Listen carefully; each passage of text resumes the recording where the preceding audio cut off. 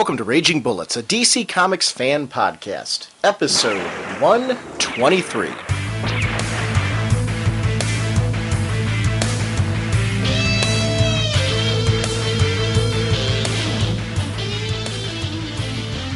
Welcome to Raging Bullets. I am Sean Whalen, Dr. Norge on the comics forums, and I'm joined as always by my co-host Jim. His mind is like no other. I have grave doubts I will ever fully comprehend its decisions, but I must never underestimate its strength and resilience, for he is the sensei of the Whatnot Segulin. This episode, he will be taking places darker than he has ever gone before in the 122 previous shows. Welcome to Jim, R.I.P. Nice, dude. Nice. Outstanding. We have a whole bunch of stuff to discuss. As if we didn't have enough topics already. I was talking to you partway through the week, and I'm like, well, the new issue of Batman Rip comes out, and we really haven't talked about it, and we really should.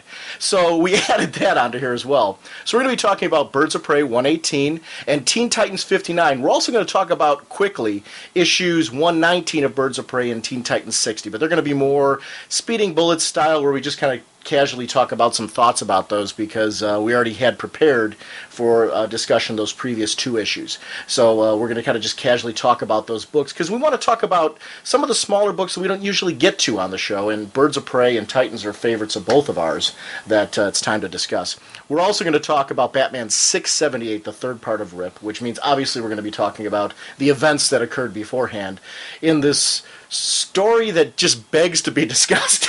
Oh, big time, big time. We have some audio comments from listeners, some more audio from New York. So we're going to see how much of this we can get in one episode. So let's go ahead and get the ball rolling. Our release date for this episode was on Tuesday, and we're probably going to be moving to Tuesdays for the foreseeable future. As we've done in the past, we kind of let a week go between each of the episodes, and I had no idea coming off of Chicago that I would need another 2 days to edit together our Chicago content.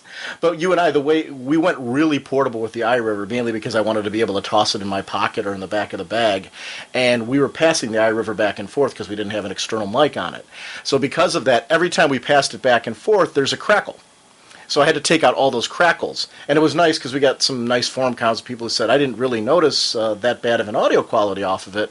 And that's because I spent an awful lot of time editing all the junk out. Thank you for those comments, though, because it was nice that somebody noticed that I put in the show notes, if you notice an audio quality issue.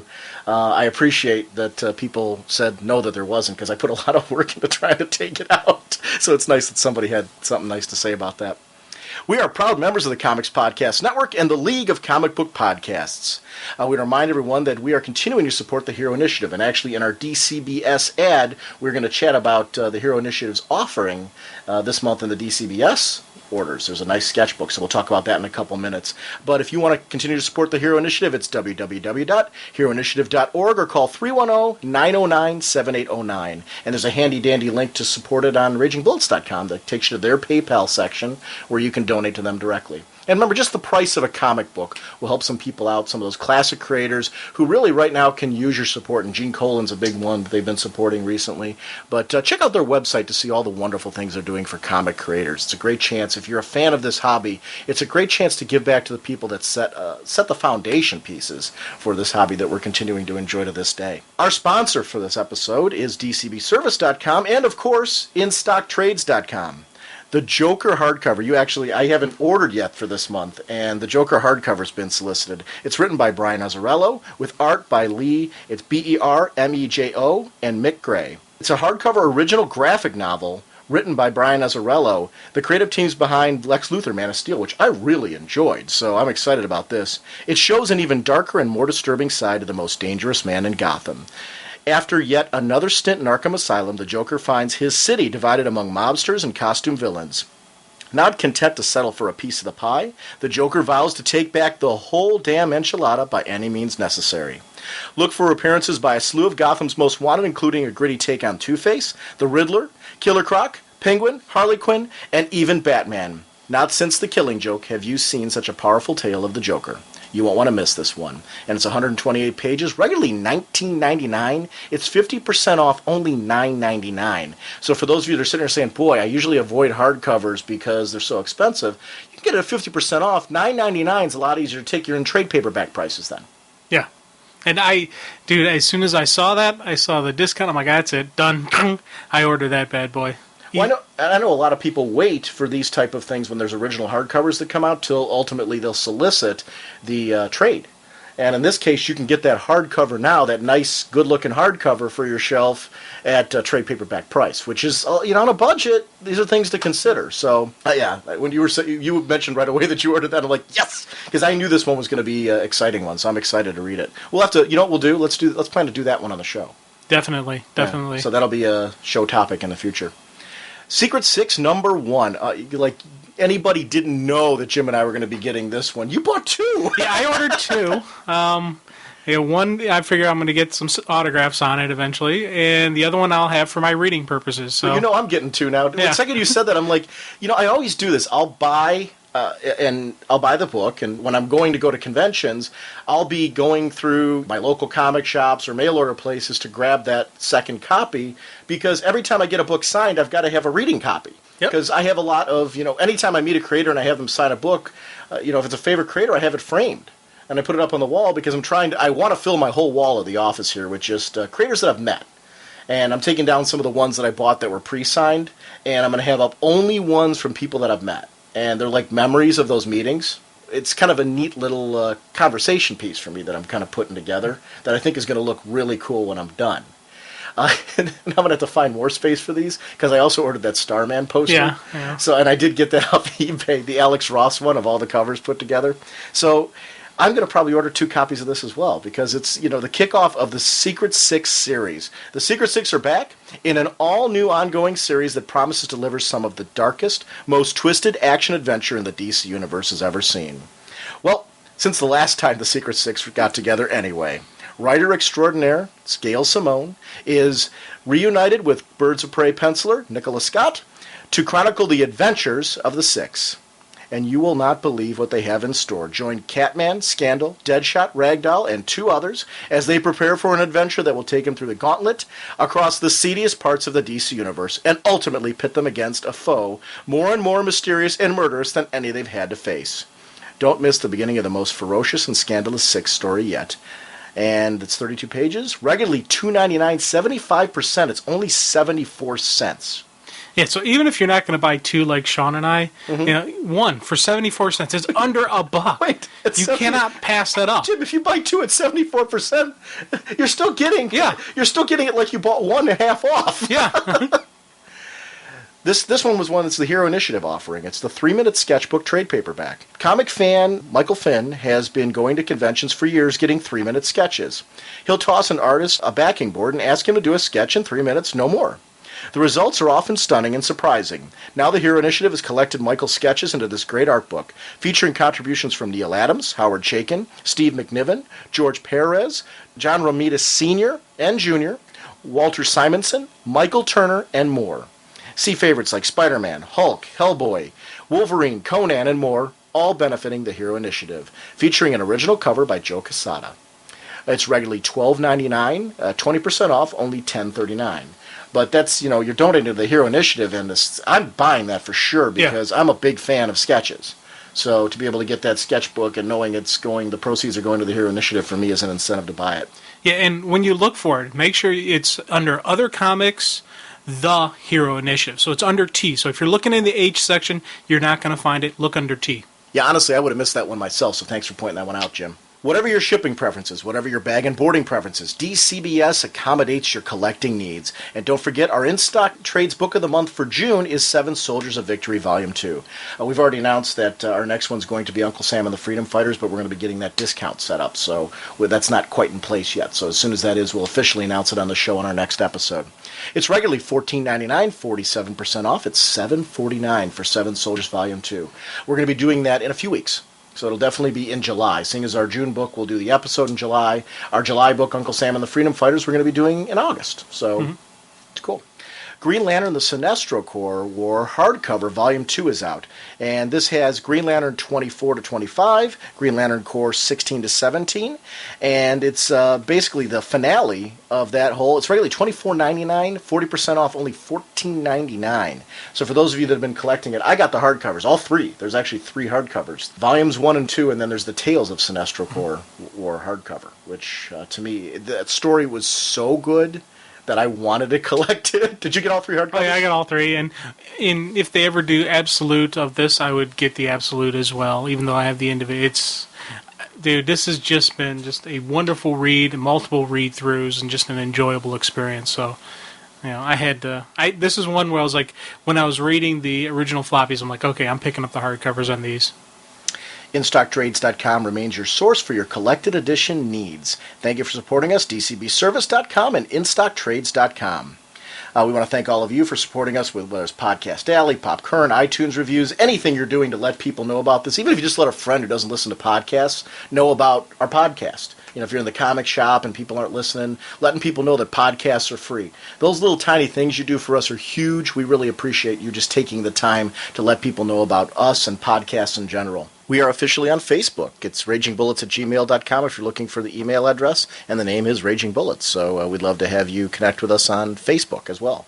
Visit ragingbullets.com to check out news on show updates and listener content and where's what not now and all kinds of craziness and links to our forum, which is a real active forum community. Name that bidet if you haven't yet.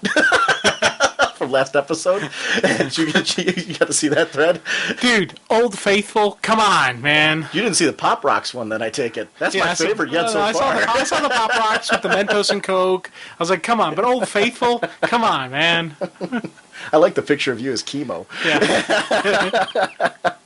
So definitely check that out. Join in on the forum discussion. And we have lively forum discussion. Actually, I really enjoy that. There's some people who come on the forum and they're not afraid to, say, hey, I heard you guys say that you enjoyed this. Here was my experience with it, and, it's contradictory of it. But they're well thought out to sit, and we have some great, hearty, lively debates, all in the spirit of debate. And it's really, I've had great debates with Umar, Wood, Red Lantern, and I tend to typically butt heads constantly in a good way. And it's half the fun of this medium now is because, Green Cap and I even had some fun debates lately.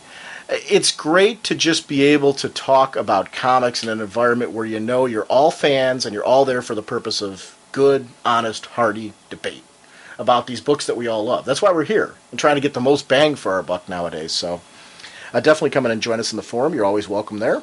Jim, what is Top Bullets? Well, Top Bullets is a way for you all to get involved a little bit more in the show.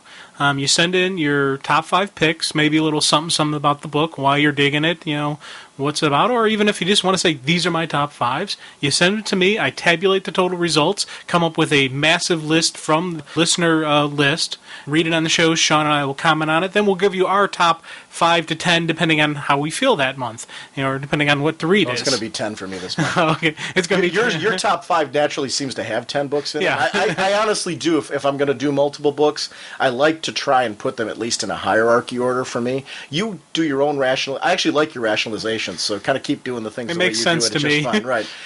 Is for me just because, to me, the whole point of the segment is to talk about more books, and we don't restrict the listeners. We tell them, send in your top 5, top 2, whatever you want to send in. Just send them in. The whole point is to talk about great comics for the month. And for me, it's getting to the point right now, there's so many good books being published that I like to be able to at least shout out the books that I'm enjoying. So there's no way I'm not doing a top 10 list this month. Too much good stuff lately. Oh, definitely, and it's what we're getting a couple listeners who are doing like multiple listings and all that stuff as well. So feel free to do that. I'm not going to sit there and discount your opinion if you have like top 6 or top 7 because we got a couple that are doing stuff that are bracketed, and actually they're doing natural bracketing where it's like 2 titles that the same character has. Naturally they go together, so they're putting them together. So. I'm going to do what I did last month. I'm going to do a top 10 and do my outside of DC top 5. I want to say outside of the DC universe because, a lot of times people think that the only books that I'm enjoying are my DC universe books, and it's really, I would be hard-pressed right now to pick between my books that are from Vertigo that I'm really enjoying, or my Tiny Titans. I can't rave about that book enough. We had no Batman book this month. There was no Batman release this month, so that's not... I mean, we had Detective, but I mean, the actual Batman title itself will not be in the running for this month, for us. I mean, the listeners send it in, we'll put it up on the list, because that's what they're pulling, but... because we're taking all the books with the, what is it, the June? Well, it's the June books, which is the... The June books, that's right. It's the August cover date. Okay. So any of the books from the August cover date are eligible for this. But as it was mentioned in the forum before, you're not limited to that as listeners. Just whatever books you're enjoying right now, send it in. We just want your voice to be heard. So if you're like sitting there saying, I don't know which books from the August or whatever cover date, here's my list, send in your list. We want you're a little bit more flexible than Jim and I are. Jim and I will be strictly from the August cover date. So Jim, the Gypsy Café, Sunday, August 10th, we're going to be having our Raging Bullets Geek Brunch. Visit www.myspace.com/Gypsy Cafe to see previous menus. We're going to be recording live. That's a Sunday, and we want you involved. If you're going to be able to be in the Pittsburgh area for that event, please email me at ragingbullets@gmail.com. And we're going to be posting more details as we get closer to the event. But we want a rough idea for planning some Saturday night activities, too. Actually, Yoda Jones sent me an email saying, hey, Doc, just wanted to warn you guys that the 8th and the 9th, Pittsburgh, and the South Side in particular, where the Gypsy is hosting the North American Music Union Festival, put together by Anthony Kiedis of the Red Hot Chili Peppers. On the stage, among others, will be Bob Dylan, the Racketeers, and Gnarls Barkley. The upshot is that if you're planning to come Saturday night, 1, it might be hard for you to find overnight accommodations, but 2, might be hard for you to get anywhere because of the traffic. But I'm thinking to myself, the other upside of that is, for anybody coming up there, if that event sounds interesting to you, come up for that event Sunday morning, come have breakfast with us. Yeah, exactly. So to me, that's, there's something big going on in the area. If that sounds interesting to you, come up, see that, come and see us on Sunday, and kind of make a whole weekend of it for yourself, Friday, Saturday, Sunday. So I thought that was interesting that that's going to be up there. He's going to be giving away some door prizes, though, and we'll bring some as well. He's going to have the trade paperback run of 52, the Silver Age 80-page giant, Tales of the Bizarro World. Got something interesting planned there. So I'm excited. Cool. This is going to be a big event. We'll have door prizes there as well. And we're going to be recording live there. So part of the reason why we want the head count is to get an idea of how we're going to format that show. So if you can give us a rough idea if you're going to be there, send it to ragingbullets@gmail.com. We would love to meet you and have you on that episode, because we're going to record a whole episode there, and our formatting of that's going to be completely driven by you guys. So there we go. Why don't we go ahead and get right into the show and start talking about Batman Rip. So what kind of a podcast are we? Well, we are a spoiler podcast. We go in-depth in a plotline, story twist, and whatnot of the comics we're reviewing. So if we're going over something you haven't read, you may want to come back later so you could better enjoy the show. Hello, Sean and Jim. Our first review this episode is going to be Batman 678, R.I.P. Part 3. The writer is Grant Morrison, penciler is Tony Daniel. The inks are by Sandu Floria, colored by Guy Major, lettered by Randy Gentile, associate editor is Janine Schaefer, and edited by Mike Martz. Now this is one that I was kind of thinking to myself, like, Jim, we've got to address this event. It's a huge Batman event. I'm a huge Batman fan. Batman is my character. We talk about Hawkman on the show. I've always got like a secondary DC character. It was Starman for the longest time when Jack Knight kicked in. Then it turned into Hawkman being my secondary like go-to guy. But Batman is like my main player. He's the one that brought me into comics. And so my heart and affection and loyalty, you talk about Superman, Batman guy. I'm a Batman guy. So this is a story that I really wanted to make sure that we addressed on the show, because anytime we get to talk about Batman is a pure geek out for me. So I was like, I spent like almost all day today working on notes for this particular book, because I wanted to make sure that we really nailed this one. But my ride with this one has been a bit of a roller coaster. And I just want to clarify that, because it's kind of my usual ride with Morrison. And I love Morrison. It's just I was really excited about the 675 cliffhanger. I mentioned it on the show. I got confused by 676 and 677. When 678 arrived, the same thing. Then I read all four together, and things really started clicking for me. So I'm talking about the isolated experience of, like, I read 675, and then, the time passed between each of the issues. And I think part of the problem is, with all the reading that I do, there's so much going on in this that I really needed to go back and read all of them together a couple of times to really get a handle on where this story was heading. I'm sure I've still missed certain things, which is kind of the fun thing about Morrison stuff. And I'm loving to see the forum discussion coming out of this. I did take a little bit of a look at the forum thread that's already going. I only browsed it quickly, though, before this, because I didn't want all of my thoughts to be driven by that. But there was a certain Batman issue that I remembered in this, and before I went to Wikipedia to check out what issue it was, and it involved the Bat Radio and the costume at the end, I'm like, let me see if anybody on the forum pointed this out. Sure enough, and I'm almost positive it was Simulated Stereo, had scanned it and put it in. He had the page there. I'm Nice. like, wow. Because I've read so much Batman in my life. I'm like, I know I read this issue, but I don't remember what issue it was. And lo and behold, our forum had it there, which I thought was cool. Events started to make more sense to me, though, as I reread this thing. And speculation started brewing. And that's when the mysteries grabbed me. When I start speculating, that means, okay, I'm getting what's going on enough that I'm forming my own thoughts, whereas before it was like dead air, because I didn't know what was going on.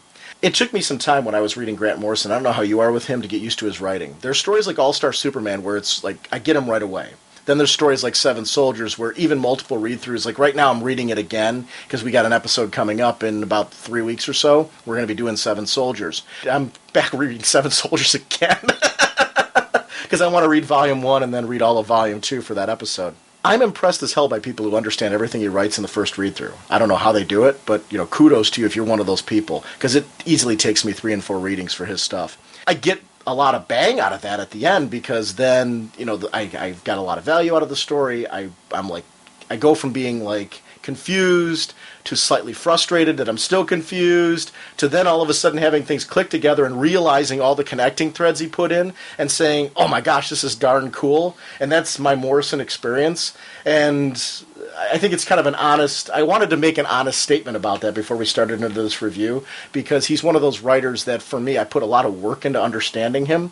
But then when I do, I always find the payoff, which is why it's worth it to me to put in that work.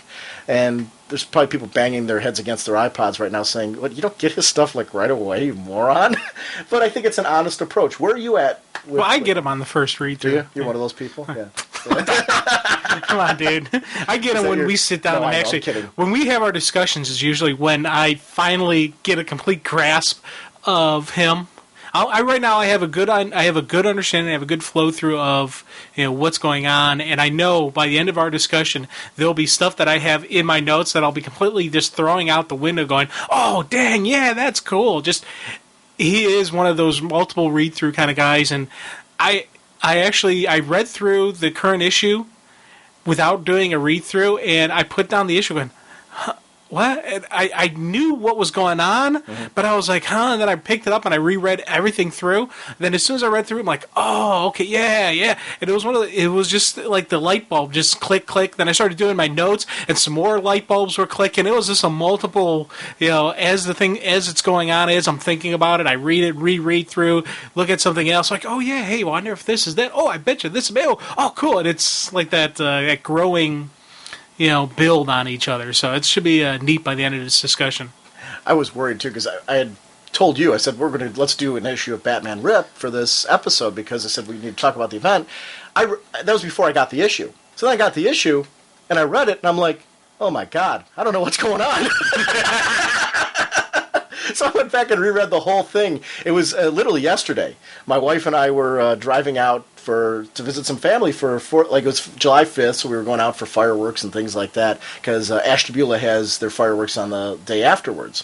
So they have this music playing, which was really cool because they had this orchestra band that was playing, and they did the theme from Superman, and they did the theme from Star Wars and Pirates of the Caribbean. It was a lot of orchestra show tunes that were in there. So the Superman one is really cool to hear on the beach though, like that from an orchestra. The fireworks going on. Yeah, it was very cool. But the orchestra was there live doing it, so it was just like the whole thing is just a really neat concept. So I was there having fun with that. But on the way when my wife and I drove out, due to the length of the drive from here to Ashtabula, because it's where they're at, it's about a good hour and 20 minutes from here. So I was rereading the issues. Just to kind of read everything together. And finally, I started noticing characters from the first issue that, like Honor Black, and that type of thing and all that. And we'll talk more about this as we get into there, but it was worth it to go back through and do the read-through. Let me just do a quick overview on what's gone on so far. We're not going to go through every detail of the previous issues, but some of the highlights. Batman's being hunted by the Black Glove, a group that looks to be headed by Simon Hurt. 10 years ago, Hurt conducted an isolated chamber experiment on Batman. I liked the concept that Bruce fortified not only his body, but his mind. He dove into the heads of his criminal counterparts to try and understand and outthink them, to be one step ahead. To me, this fits the whole detective aspect that we always talk about with him. Batman has been obsessed with hunting the Black Glove to the point where Robin even questioned his sanity. And I loved the bits where he talks to Dick about it, and Dick is like almost a calming influence, as he has been there with Bruce before. Morrison has been nailing their relationship. Oh, yeah, big time. Yeah, and it's very consistent with what Tomasi's doing over in that book. So it was nice to see something that, I'm like, these feel like the same guys that we're seeing over there. Robin needs to analyze the situation. He stresses over the craziness and the issue with Damian, and he leaves for a few days to clear his head and look at the situation objectively. He's questioning Bruce and takes one of his black books to go over case histories of Bruce for himself to kind of delve into it. And I like that because it shows the strength of Tim as the detective. He doesn't ultimately dismiss, he takes Alfred's words to heart and says, okay, I need to screw my head back on. And the way to do that is for me to do what Bruce does and really delve into the situation. Yeah, I got to tell you how cool it was that Tim did take that book, because when they first brought it up in the comic, Bruce was looking for that book, and Alfred's like, well, I scanned it in the computer. And me being the conspiracy nut that I am, I'm like, I wonder if Alfred's hiding something from Bruce. Then it turns out, you find out later, he wasn't hiding it. Tim had taken it for research. I'm like, oh, sweet, that's nice. Jezebel Jet, a woman Bruce has been dating, has figured out his identity. As they grow closer, she has become party to more and more of his secrets. This is my own speculation, so I want to clarify that. But I think it's possible she's in on this. I like her character, so I hope I'm wrong. And I have no problem if I am. But I don't think the Jezebel name was an accident. Oh, dude, come on. There's no way. She's got to be involved. Yeah. It's, the previous issue ends, with the bad guy storming the Batcave when she's in the cave. Right. And then, but even her dialogue leading up to that seems to be one that's pushing Bruce to question himself. Yeah. Which, considering the fact that he was already stabbed by that poison knife, he's already having issues. And she's the one who actually says the Zen-and-Ah. Yeah. Or Zen-and-R. And it causes the whole snapper. Right. It's a preloaded psycho, hypnotic suggestion type And we thingy. haven't seen her since. Right. Notice that. That's the other thing, too. The whole next issue, we didn't see her once. So that's making me question, too. Now, I'm still holding out a possibility that I'm wrong there, because we haven't clearly seen it stated yet that she's involved. But it sure looks like it. But there's a lot of... See, and here's where I'm giving her a little bit of leeway. There's a whole lot of things that are being set up here, and I'll talk about some of my potential suspects, why I think they could be and why I think they couldn't be. Because I've got a lot of speculation here that contradicts itself as I'm reading the story. So I'm still not 100% sure, but it's a great mystery. The whole Zen and R thing, for those who watch Doctor Who, it reminds me of the Bad Wolf phrase that was spread all over the place with Rose and the Doctor. This was spread throughout history as a clue for Rose to bring her back to the Doctor before he got killed in Doctor Who, the first season. And it's kind of a cool thing to see something similar here. Alfred returns and is beaten down at this point. Before we kick into the issue, as I said, my speculation, there's some possibilities so far. The first thing I went to as I've been reading it, and I'm going back to the first issue straight on through, part of me was wondering, would they go to the route that Thomas Wayne's alive? I'm not sure on this. I believe the reporter's article was a plant by the Black Glove. Similar to what we've seen with them, that they have so much influence that they would be able to obviously sneak an article in there. I mean, they've let people who were killed, they have drummed up evidence that, basically drove the widow into hiding, convinced the law that the person, they can kill people out in public and get away with it because they've got that much pull. They've shown us that in the storytelling already. So it wouldn't be such a shock if this whole Thomas Wayne thing with Martha and Alfred and the orgy was a smear campaign. So that part I'm seeing as a definite possibility. That's all that is. But what if there's some truth to that Thomas Wayne is alive? A part of me is like, boy, Dr. Hurt put on that first Batman costume that Thomas Wayne used to wear, and it fit real nicely, and they made it a point for him to say, this is a nice fit. So, I was thinking to myself, am I overthinking this? Which is a distinct possibility, and I'm thinking that as well. So keep in mind, this is purely speculation of one possibility, and then I've got 10 gazillion other ones that are going on that make me say, okay, Thomas Wayne's dead as a doornail. We got other options here. Go ahead, Joseph. Yeah, I was going to say, with the whole Thomas Wayne, Martha, and all that, this was actually one of those things where comment or discussion with you changes a lot of ideas, because at first I said there's no way in heck Thomas Wayne's alive. This is just a great smear campaign, because you want to take out Batman. Mm-hmm. How do you take out Batman? You take out his motivation. You take his parents, who he had put up on a pedestal, who were murdered in front of his eyes, and make them seem not like the humanitarians that they were. Sure. His whole reason he does this is because of his parents, is in a way for his parents' approval and or justice and vengeance and whatever you want to call it. It's that whole motivation. Well, you take that out and you're going to put a huge chink in the Batman armor. Bingo. It's that confidence in his mission. You take out his confidence, you take out his purpose, you take out his discipline, his dedication to it, and that's a huge just piece of Batman you're destroying. So that was my initial comments. I was thinking there's no way Thomas Wayne can be alive, and then you mentioned that costume fit like a glove. I didn't know that Thomas Wayne had wore that costume. Mm-hmm. I didn't know that at all. So I was like, I didn't even know what that costume was. I'm like, oh, okay. I figured he took parts of different Batman costumes and made his own version. But I'm guessing that's still in continuity. They've told the story multiple times where Thomas Wayne wore that to a party. So, I mean, I might be wrong. That might not be the route that they're going with that. I'll say this, though. Being totally honest with you, I'm more convinced what you're saying right now is what is really going on here. Because with how they're tearing into his mind and what they're doing with him, I think it's totally a smear campaign. But I'm just kind of sharing speculation that was going on all the way through. Because then we go to another candidate who I'm thinking might be a possibility on this, who I'm really the most leaning to at the moment, Jezebel. Who is she? Talia is asking all the right questions, and I think she's going to play a huge role in this.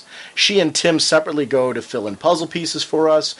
Bruce wasn't paranoid, and I think the Black Glove is going to learn fast that Bruce has inspired loyalty for those close to him. Granted, Talia's is a little twisted, but Tim is definitely a huge asset.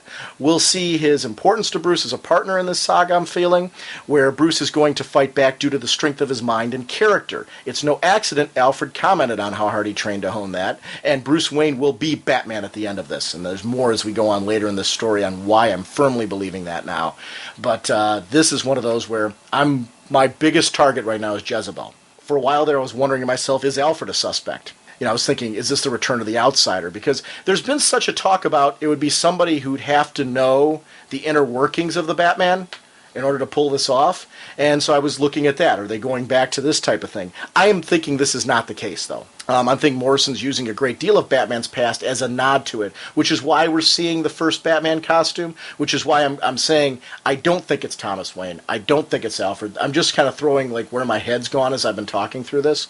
I love how some of the crazier elements show up in the drug-induced state that we've seen here with Bruce. Where we're seeing some things from, the weird Batman stories that are in here. And we'll talk a little bit more about that as well. Deep down, what I'm thinking right now is either Jezebel Jet's involved or Simon Hurt is just the main player, and we've already seen that laid out. Maybe with Jezebel or even Mayhew, who was back at that point in time. But I'm also thinking by himself with this crime club, the Club of Villains. There may be more to Hurt's story than we know so far. I don't know. These are just kind of where my thoughts are at. Like I said, I've got a ton of speculation going. My head's gone in a lot of different places. Because it's speculation, none of those thoughts are set in stone. They're just kind of random places my head's going. It's kind of like, what if this, what if that? And that's kind of the fun of when I really get deep into a story. And I think this is a good point right now to kind of delve into the issue and what was the facts that are being delivered in front of us. I'm sure we'll speculate more along the way, but that's kind of where my head at. Do you think it's Simon Hurt and his club alone? Do you think there's another player to be named at a later date? What do you think's going on there? I was actually leaning towards Simon Hurt. Okay. That what we see is what we've now seen all the major players. I think Hurt's knows Batman well enough because of that 10 days that he broke him down. But you notice when he did that, he then stepped back and studied him. So it wasn't just, okay, I know this information, I'm going to take advantage of it. He sat back, he laid it out, he planned everything. He was intricate in his thought process on who is Batman, what he does. One of the things I think Hush is actually going to be a player in it as well, which we haven't seen, but Hush knows Batman real well. So I think maybe those two working together, maybe Hush is on the team, on Hurt's team, and we just haven't seen him yet. I'm not sure. He's a definite player in the game as well. But I'm predominantly thinking, I'm doing something weird for me. I'm throwing out a lot of the conspiracies. I don't think it's Alfred. I don't think Thomas Wayne. I'm thinking we're seeing the villain. So that's my primary thought. But I gotta agree, Jezebel. I think she's. That's what I'm saying. She's a plant. She's definitely at first I was thinking that one female on his team. I thought that maybe was Jezebel. Then recent issues I've seen better close-ups of her. I'm like, no, that's not her. So maybe she's like an outside player. Right. I agree with you that Hush is involved. I think that's going to be more side story, though. It's going to be in Detective. In the sense that I don't think we're going to see too much of Hush in the main story. I might be wrong. I think we're going to see that over in Dini's book, though. Yeah.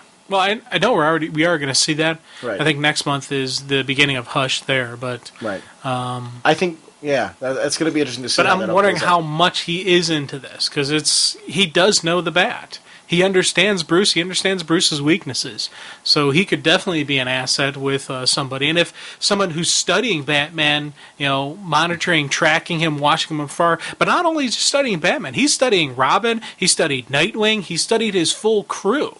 So he's, and they knew Alfred, too. Yeah. They were ready for Alfred. Yeah, Black Glove knew what he was doing. He had the plan laid out nicely. Even before they introduced Jezebel into the group, they already knew what the plan was going to be. They just had to find somebody that would draw Bruce's attention. My guess is they probably had other women in the wings waiting to go. In case maybe he didn't go for Jezebel. Hey, let's try this one. Hey, let's try this one. Let's try this one. I bet you he had like an army, or not an army, okay, maybe just a couple other options that he's, playing the numbers game. Maybe those are now being used somewhere else that we won't even see. But there's definitely a layout here. And one of the things I was kind of wondering, which this is a far-fetched theory that I'm throwing out there, the new ventriloquist is also connected to Bruce's past. Right, but I don't. What if she if like she was part of the original plan or something? I don't know. I was just thinking. Yeah, I'm thinking broad conspiracy here, but what if maybe she was also part of the plan as a possible way to get into Bruce, but that fell through because she's too nuts, or I don't know. And for the record, I agree with you. I think the Club of Villains is it. I think we've seen them. Simon Hurt and all of them. Maybe Jezebel's involvement, but I think you're right. The reason why I threw out Thomas Wayne and Alfred, I was trying to, during the issues, as I was reading them as they were going along, isolated before I read them all together, things were going through my head like Thomas Wayne, and I'm like, would they bring back Thomas Wayne with the reporter? But then when I read them all together, I started connecting things, and I'm like, wait a minute, doggone it. He just admitted to this guy in the first issue that they could, he could go and kill somebody right out in the front, right on the property, killed him there, and they would get away with it. And he told him how, right to his face, and how much power and political power and pull he has, which would involve also the media. Yeah, he controls it, and you think about it, it's not that difficult for a forger to set up these false documents and plant them, in a moldy old evidence locker or wherever it was planted. And money. Money talks. Oh yeah, especially Gotham is not the most honest of towns. Right. You can buy a Gotham police officer. You can buy a councilman, judge, or whatnot. It is a town for sale. It's better, but it's still a town for sale. And with enough motivation too. That's why I'm wondering though if there's another financial backer involved, like a Mayhew or a Jezebel Jet or not. I don't know. I'm just throwing those things out there. But I don't think it's his dad. I think that thing was all a setup. I totally agree with you on that. I was just throwing out like places my head went. And Alfred, I don't think at all. No. And honestly, I was keeping my fingers crossed and praying that Alfred wasn't involved in any level because, it's like at this point I'm like, no, let's get the Bat family to its roots. And I think that's what it's going for here. Yeah. I think we're going for really defining who Batman is and the people around him versus destroying any of that. So when we kick off the issue, I love how the villains seem to be trying to drag him deeper inside his mind, but, he's acknowledging their insanity and his own need for balance, and Robin provides that ground for him. I like that bit as Tim's looking through his book. I would argue that Alfred and Jim Gordon do it as well. I like at the beginning we see the Bat Radio on its own, all working and things like that. When I first read this, I thought that it was Red Hood. You know, in that first segment right there, I'm sitting there like, what's Red Hood doing here? I don't get it. Then, very quickly, as I was reading the issue, I'm like, oh, wait a minute, that's Tim. But, I mean, just the costume, he's wearing... Go ahead. Okay, I'm glad I'm not the only one who thought that. Because when I saw, because he had the black leather jacket, and there was actually a red helmet sitting there, I'm like, is that Jason? Oh, okay, that's Tim. Okay, and for a second there, I had my, my hopes that Jason Todd would be back in the fold again, type thing, or maybe Red Hood would swing in for the save. But I was like, oh, okay, no, that is Tim. And it was funny. As soon as I realized it was Tim, I was like, oh, nice. He's doing his own little investigation. And that's when I immediately realized when the book the book he was reading was the one that Tim took it and not misplaced. I'm like, oh yes, this is awesome. This is an important line here. When he starts reading the book, it would be easier to consider this a dream, but how can I? That line's important because it comes up later at the end of the issue as well. And we'll have to talk about that at the point in time. But we see here the inner thoughts of Bruce, a man struggling to deal with the bizarre events he's surrounded by. Sick, deranged criminals, aliens, horrific events. He keeps these journals to keep his own sanity. It shows the logic behind trying to know the Joker from the inside out. It's not only survival, but it's to save the lives of others. He has to be one step ahead. I love how these villains seem to be, like I said, dragging him deeper into his mind. Robin provides that grounding element. But as Tim's trying to understand his mentor, this is important for their partnership. Does this set him up to be the potential Batman? Maybe while this story's going on, but I still think it sets him up to be a better partner in the long run versus setting him up to be a replacement at this point. And I think that's going to be the key, redefining the importance of their relationship to each other. Go ahead. One of the things you got to remember, when Tim first put on the costume, back in after The Lonely Place for Dying and all that stuff, when, it was Tim who was one of the people who's told Bruce, hey, Batman needs a Robin. Sure. And that's part of the reason he put on the costume. So when I was reading that, I'm like, yes, here it is, that acknowledgement that Tim's always wanted. He's always wanted that acknowledgement that he has a vital role in the crew, in the team. And even most recent issues where he was worried about, is Damian is Bruce's biological son? Will Bruce look at him differently, because of that and all that? So right there, in Bruce's words, he's getting the validation that he really desperately seeks at all times as Robin. And those one of the old issues of Robin where Tim and I think it was the zero issue, or where Tim and Dick Grayson Robin who did a mission together. And the banter back and forth about just seeking the acceptance from Batman and not getting it, was ringing true in my head as he's reading this stuff, thinking, okay, yeah, he's seeing some of the stuff that he wants out of this. So I was like, that's kind of cool. You're wrong. Batman and Robin will never die. So I don't think it's any accident that we have that on the page. Yeah. I love how we see a great close-up of his eyes when he overhears the Club of Villains overhead.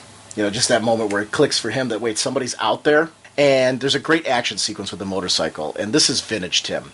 He gets away from the night, and the clown attempts to strangle him, and watch out for that tree, George of the Jungle. They're still in pursuit, and this sets up Tim realizing his mentor wasn't losing it at all. He was onto something huge, and he should have trusted him all along. I like the concept that Batman skirts that fine line. Bruce Wayne, Fugitive, and Murderer, I don't know if you read those. Did you read those? No, I didn't. Okay. That sets that up, too, where, at that point in time, Batman was a very dark Batman who was pushing everyone away, and it set up his realization that he can't keep doing that, and that the only way for him to survive what he was going through at that point was to bring them in, was to involve them on what he was going through. And this is more of that feeling. It feels like the evolution of that concept, why he needs to be closer to the Bat family, why trust is so essential in this group. And one of the things you got to say about just this fight sequence that Tim was doing was it was more of the pages were more of like a visual aspect, and not there was the only dialogue really was the inner dialogue as Tim is reading the notebooks. And that seemed to just for me it kind of accented what we were seeing. Tim Drake just drove by. Cool. We always have motorcycles. I know. What the heck is it, man? Did they see the Jeep in the driveway? Oh, they're recording. Let's run our motorcycles up and down the street and make a lot of noise. Yeah. Well, I think putting the sign on the front lawn that says "Raging Bullets is recording, please be quiet" is probably egging people on. Yeah, that may be a bad thing to do. But okay, back to the comic.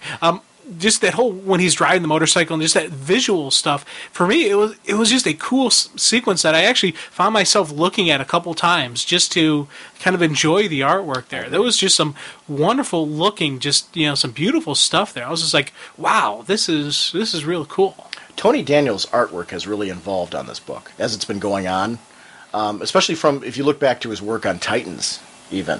He's kicking it up a notch. He's really putting forth, I think, some of his best work. This is really where I'm starting to really get into what he can do as an artist. Whereas before I enjoyed his work, but this is where I'm kind of like, okay, dude's starting to be impressive and really starting to kick it. I agree with you on the visual style of this. Bruce wakes up in an alley with no memory. Honor Jackson was the person that Batman gave money to in the first issue, where he said, "You have a kind face." And now here's my question. Do you think Honor really exists during this segment, or do you think that it's Batman's mind trying to fight the effects of the drugs? Because as I was looking through this whole thing, I'm like, this is, to me, Rip.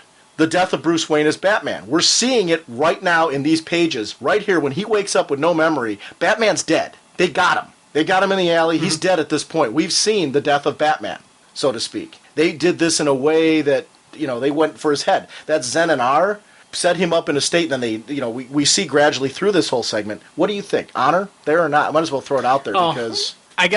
I really have two theories on Honor. Okay. One is that he is just pure imaginary, not actually there. Mm-hmm. And then the other one crosses over the line a little bit into, where I'm wondering if he's something a little bit more beyond that. Like a spirit or something? Like a spirit, guardian angel, or, it's one of those things like, could that be? My primary thought process on this is... kind of like Batmite seems to be at the end? Right, exactly. My primary thought was that he was all imaginary. Yeah, and the cool thing is, I never even thought that until the very end sequence. Oh, yeah. Throughout this whole thing, I'm thinking, it's just some homeless guy. He recognizes that Bruce isn't a homeless guy, that he's not a junkie. He sees that he's big, he's built, and he's like, okay, there's something more going on there. Because my worry there was how easily he recognized that it was Batman that he was talking to. Yeah, I know. I was like, does he recognize Bruce Wayne, or does he recognize Batman? Or did he just recognize that it was a big guy, rich, from money, who doesn't belong on the street, so there's something else going on there? But he that's what I was leaning toward. But he kept saying one good turn deserves another. Right. He recognized that he was the man who helped him previously. So that's why I preferred, when I started to realize, wait, this guy doesn't really exist. Yeah. That to me kind of stuck all the way along. That I'm like, this is good. It actually totally works. And that cleared up any problem I had with him knowing who he was. I'm like, well, this is all in Bruce's head in some capacity. See, but here's the thing. I was able to dismiss it by the fact that I just figured Honor, before I realized that Honor wasn't actually there, I was able to dismiss it thinking that Honor was just recognized that this guy... he doesn't belong on the streets, and eventually he'll get his feet back together, and maybe then that would be how he would help Honor. But in Honor's dialogue, dude, he directly references the point where Batman gave him the money. In his dialogue, he directly references those points, so it can't be just that he's recognizing him as some guy who doesn't belong on the street. He recognized him as Batman. Well, I'm telling you what I justified in my head, so... I know, but I'm just telling you from the dialogue, there's no way that it can be anything but. This guy knew who he was. Okay. I'm not arguing with you on that factor. I'm just telling you, my first read-through, before I knew the actual end results, that's how I justified it going forward. That's cool. You kind of unread. Right, exactly. I picked and choose. Can you tell I'm not a fan of unreading? I'm like, no, I read that, dude. Honor recognizes, that Bruce, like I said, but Bruce is having these great visions of what Dr. Hurt did to him. I liked that because we start to see that, crystal meth, street heroin, he's making him addicted to drugs so his mind stays foggy so he can't remember. That's what I'm guessing? Is that what you were thinking? Oh, yeah, dude. We're talking, well, it wasn't just crystal meth. It was weapons-grade crystal meth. Yeah. That is some serious hard-hitting stuff. And then street heroin, so that had to be pure, uncut, unfiltered, just whammo, just massive drugs. And plus, who knows what else they pumped him with? Because he said, we're going to start off with crystal meth and street heroin. Who knows what followed that? So I was like, this is some nice and we're seeing what followed that, though, because I believe he's been set up at this point in time for certain events. The drugs that we've seen him get at this point in time, he was set up in places where he would be where there were drugs. Yeah. You've made him an addict. At least that's what I'm taking at this point. Well, I don't know about making him an addict, but they've pushed him to the limit. And I think that's... Well, when we get to the ending, I got a couple comments then. Okay. Do you think he's taking more drugs during this segment? No, though? I don't. That's what I'm thinking. So you're thinking he's avoiding them. He's avoiding them. And that's, interesting. And that's what Honor is doing. Honor is his personal defense fighting through it. And that's why you got to get up on your feet. You got to keep moving. Keep it going. Keep fighting. Keep chugging along. That's that inner drive inside Batman saying, you don't quit. You are the Batman. You will fight through this. And I just, it was a really cool thing where, especially at the end there when he's offered that, he's like, I need you to have a clear head. You need to have a clear head when you make your final decision. Right. And I was just like, oh. Are you going to fall or are you going to rise? Right. Right. Interesting. Now, here's something I was thinking. Also, on the whole line, because we got Bruce Wayne strung out and drugged and on the street doing all freaky. Who knows who he's talking to, how he's doing it, his whole actions that he's taking. Is he actually talking to people? He may be talking to imaginary people. Now, you want to do a smear campaign against somebody. You get footage of them lying in the street, in the gutter, because they started a smear campaign against Bruce Wayne, because the reporter even talked about indications that Bruce Wayne may be schizophrenic. He may be psychotic. And yeah, that was another thing. Gordon's like, hey, Wayne's not schizophrenic. He may be whatever he is, but he's not psycho. They're now have him on the street strung out. So if they're going to do a smear campaign against, Thomas and Martha Wayne, they can do the exact same thing on Bruce now, because they got probably footage of him. That's a good point. If that's what they're doing. If that's what... I was thinking that's one of the things they're going to do as well. That was one of the first thoughts that popped in my head, seeing this going on. I'm like, okay, they're going to add to this. So even if Bruce Wayne's able to fight through this, even if Batman's able to fight through this, there's going to be, a TMZ show, and look at the billionaire Bruce Wayne is strung out on crack. Do you think they want Bruce to be found, though? He wants him broken. So that's it's not only broken, but...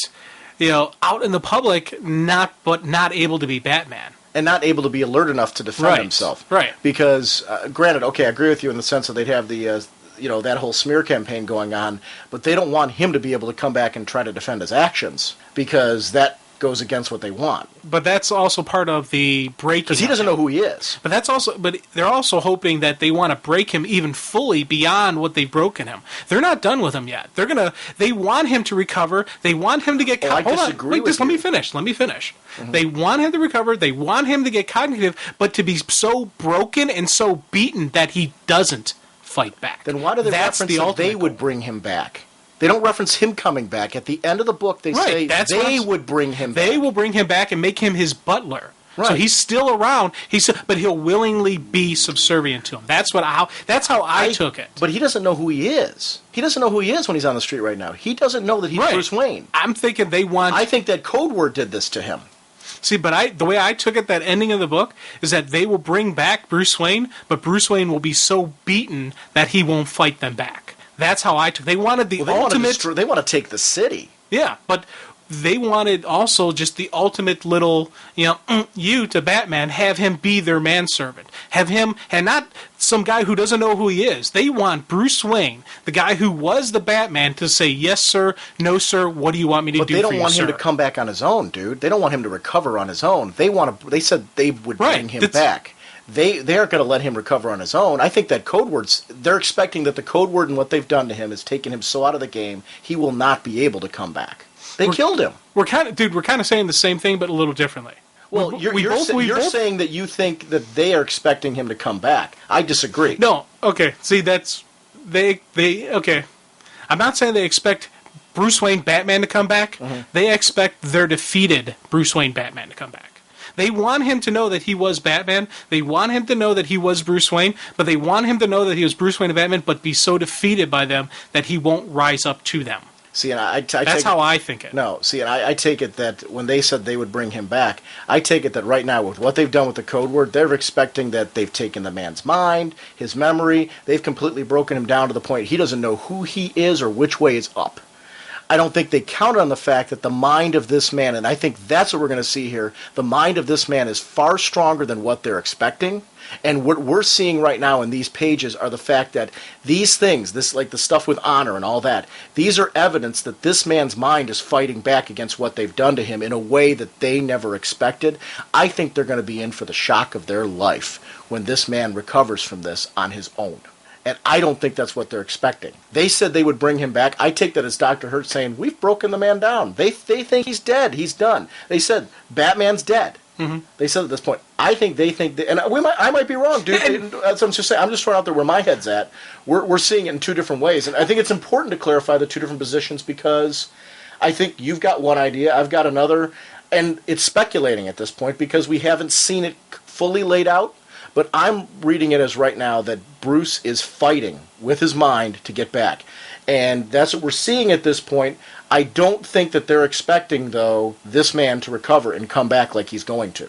And that's where I think we're going to see the strength of the Batman. And maybe we are closer than I'm thinking. Dude, I think we are small, similar. tiny areas where we're not. But we are definitely similar because we both. I'm saying the exact same thing with Bruce fighting back. That's what honor is, and everything.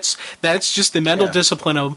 I see the villains not thinking that the match is over yet. Right. This is just another stage of it. Part of me actually thinks they want this bat of Ara-Zera or whatever it is. They want that bat because that's not the Batman. That's the Batman of their making. And they're going to take that Batman and twist it some more. I don't think they're done messing with Bruce Wayne yet. They're not done with messing with Batman. See, in my thinking right now is they didn't even expect this. I think this Batman of Zen and Ra is a guy who's Zen and R, or however you want to pronounce it. This Batman right now is Bruce slowly fighting his way back up. Because we're 3 issues in. There's only 3 left. Right. In the main story. Taking that, I'm assuming that any of the stuff that's happening outside of this is side story, which I think is pretty safe to expect at this point because Morrison's the only one writing this book, so I'm assuming Morrison's story is going to be told in 3 more issues. He is, at the end of this issue, far from coherent. Oh God, yeah, he's still out there. And I'm he's willing still to bet back. at the end of next issue he's going to be more, maybe more coherent, but we got a whole bunch of stuff to get in 3 more issues. Here, one of the things I was thinking, what the RIP is, and it could very easily be what you're saying, how they've killed off Batman right now. Mentally, they killed his mind. They've killed him mentally. But the one thing I was thinking is, what if they want to twist Batman so much that he's Batman, but he's not Batman? So they're playing with him, manipulating him. They want this other version of Batman out there because they want Batman to do the one thing that Batman will never do.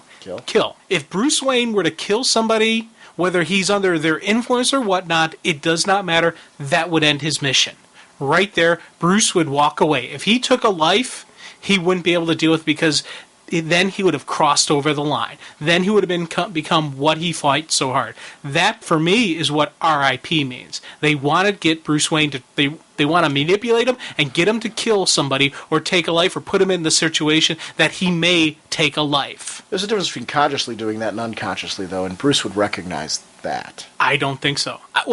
Eventually he would get his hands on it, but his initial reaction would be, I took a life. And the first thought that popped in my head is the person they're setting up to be the person that he is faced with the kill or be killed is, of course, Joker. But I don't think that's going to happen. I'm not going to kill the Joker. Oh, he's not going to. I don't think he will. Right. But I think that is the test. Bruce will be so strung out, so out of his mind, but he'll have the opportunity to go for the kill on Joker. But Batman will fight it out, and Batman will not take the Joker's life. That's, for me, is what I'm thinking R.I.P. actually is. See, I think we've already seen R.I.P. I think where Bruce is right now, they are expecting no recovery. I think at the end of this issue, we're already seeing the beginnings of him digging himself out of this mess. That's kind of where my head's at. And if you're right, I'm 100% behind it. Because, as I said, this is one of those things where I wanted to talk to you about it because I knew I would get a different take on it.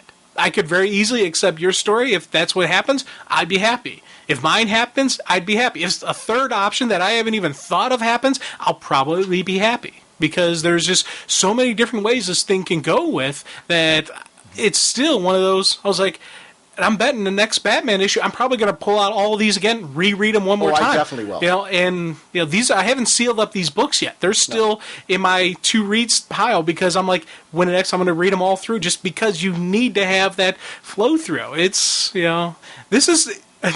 This is some cool stuff when you read it. I've read each of these issues at least 3 or 4 times. So you're talking rereadability. It's a nice thing. With this third issue of this, it's really where the story right now is one where I am heavily interested. Whereas the first couple issues, I was enjoying it, but I wasn't really, I didn't know what was going on. So that, is going to naturally take away from your enjoyment. Because I'm like sitting here like, all right. And as you notice where it's been in my, 675 was my number 1 book. That was the one where, Jezebel Jet discovers that he's Batman. I'm like, all right, what a cool little cliffhanger. Where's that going to go? And then since then, we've been doing Top Bullets. R.I.P. has not been, my top book. Last month it was, I think it just barely made number 5, I think, for me. Or, it wasn't, quite up there. So, it was one of those stories where I was into it. I was recognizing its importance, but I wasn't clicking with me yet. Now, all of a sudden, I'm just like, whoa.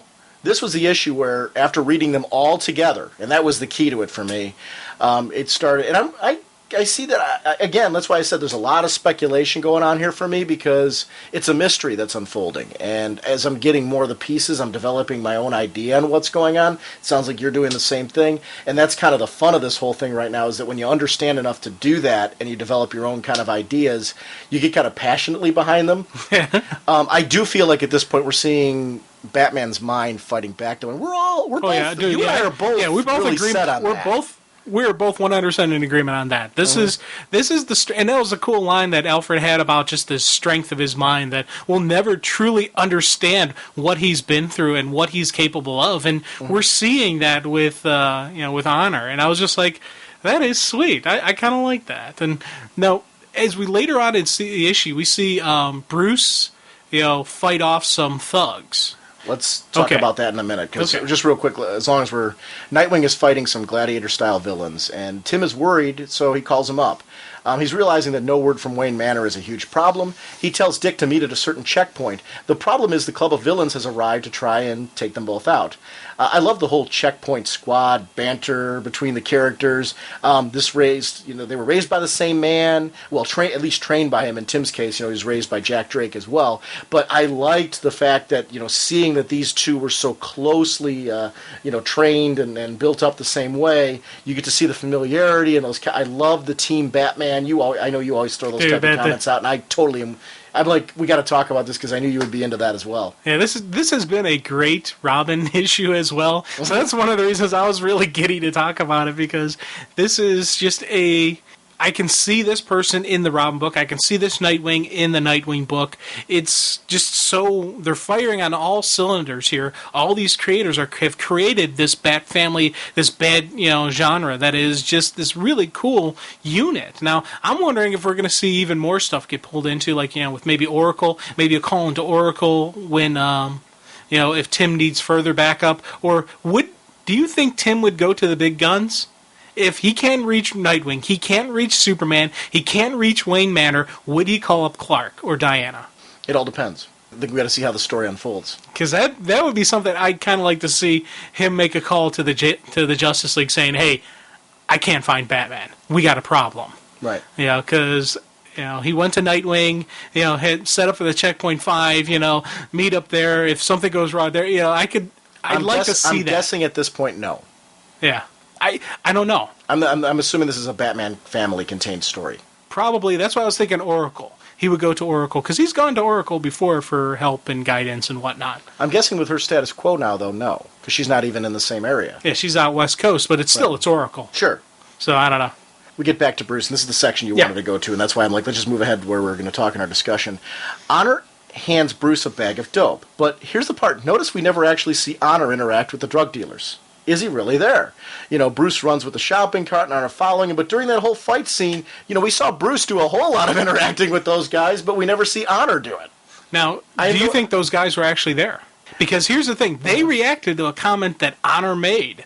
Honor said, "This is my bodyguard." Him? Look at him. He's some piece of yada yada. So they reacted to Honor's comments. So that's why I'm wondering if there was nobody there, or maybe these were just people walking down the street that just got their butt kicked by some strung-out junkie. You got a good point, because I was taking on the whole point I'm looking at.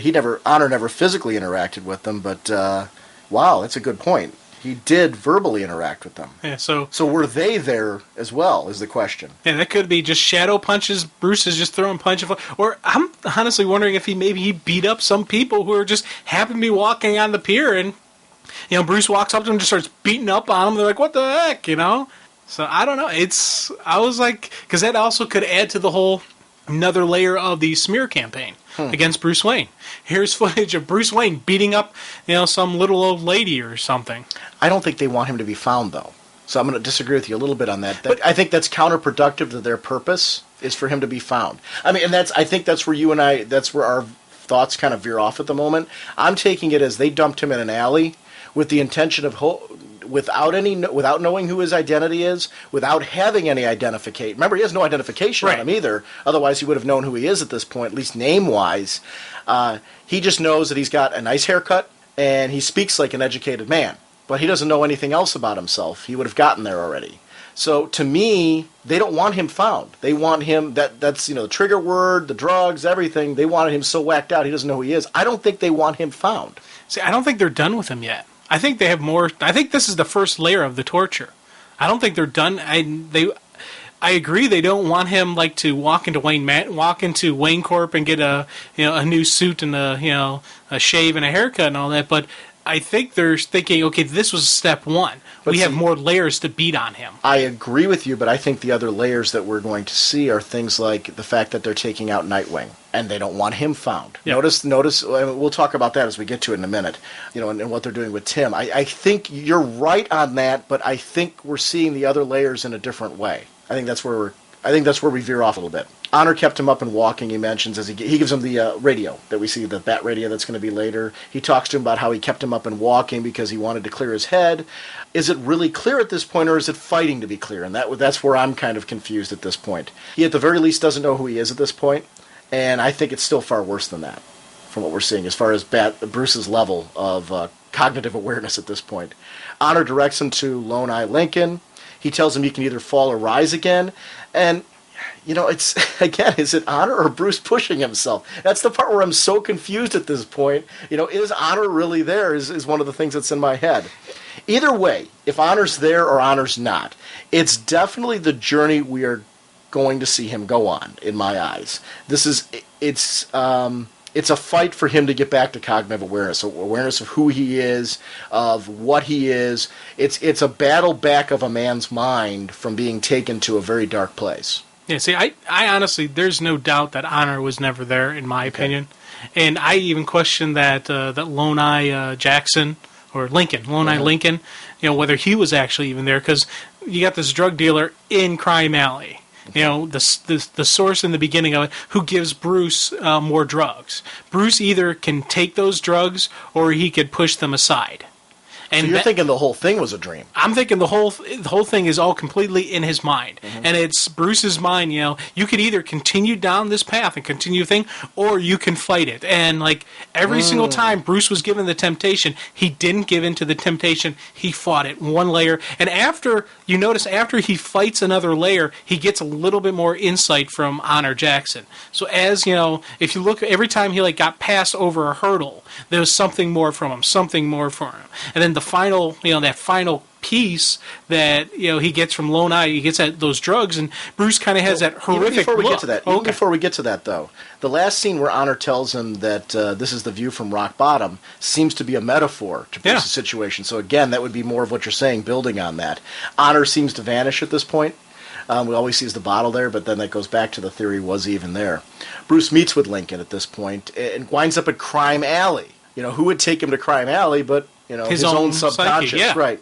He informs Bruce that Honor died yesterday from the drugs that he bought. I'm confused because the money amount was the same amount that Honor, which then adds to your point saying, was Lincoln even there either, or is that part of the whole thing as well, because it fits the whole earlier story. So I'm wondering what's going on here. It's clear that Bruce is, it seems at least to me on some level, either hooked on drugs or whacked out on drugs. He doesn't know who he is. How much of that is the code word trigger and what was done with the weapons-grade crystal meth and the street heroin? Weapons-grade crystal meth, at this point in time, he would still be whacked out from. Oh, big time. Yeah. So, I mean, that's, what we're seeing here, I think, is still after effects of a man trying to fight his mind through there. How does a man dig himself out from this? And how does a mind combat this is, I think, kind of showing, I think that's where it's showing his strength. Tim is at checkpoint 5 and in panic. Dick's not there. We see that he's in Arkham, brought in obviously by the money resources of the club because he's drugged out of his mind, taken out of the game, assumed to be an enemy of the Musketeer. I'm betting told that by the money that was spent because, I mean, it's Nightwing. Yeah. Well, the one guy takes the mask as a souvenir. Right. So basically, of that's the criminal mind. Yeah. Oh, I want a souvenir of the criminal mind. No, he wants a souvenir to give to the Black Glove, saying, "See, Nightwing is in the hospital." Absolutely. And I liked how the fact that when he went in, they beat the hell out of him too, because they were like saying how much of it was Thorazine, how much was the beatdown. Right. So that I was just like, and even adds on other layers. Once Dick is able to get the drugs out of his system, how many people are going to actually believe him in Arkham? What's he going to say? Excuse me, I'm really not a criminal. I'm Nightwing, Batman's former mentor, Batman's former partner. So why don't you just release me and everything be okay? He can't. He's stuck there. So the question is, who's going to find the mask and who's going to find him? Yeah. Following what's going on in the Nightwing story currently, he has kind of a crazy relationship with Talia. Right. Talia looks to be getting involved in this story. What is that going to mean for Dick Grayson?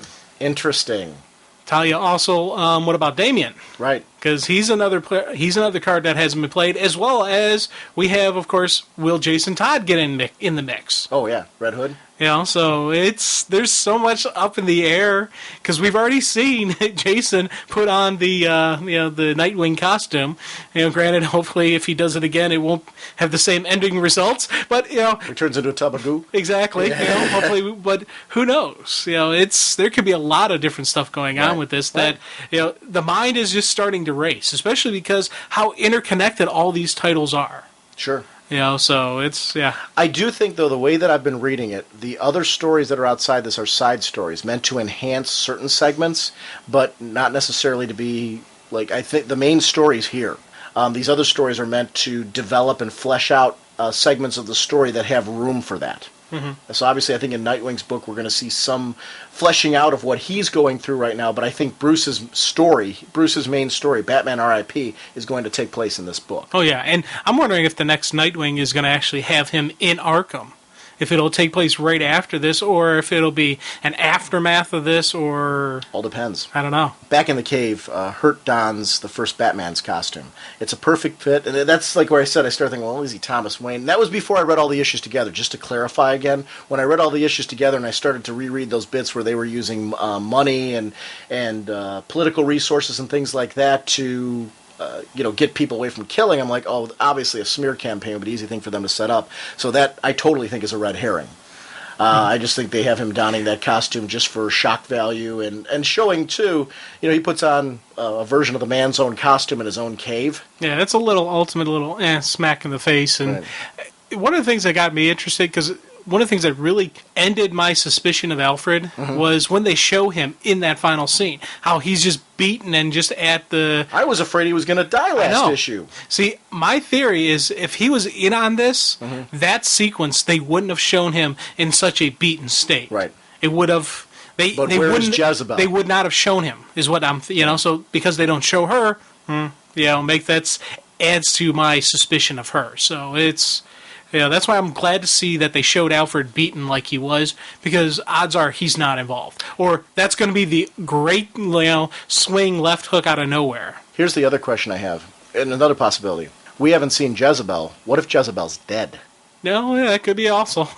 But you talk about how another way to break the man. What if the other way to break the man is that she's not in on it, but she's dead? This is the girl who knew his secret, knew everything about him and all that stuff. Now, who he was...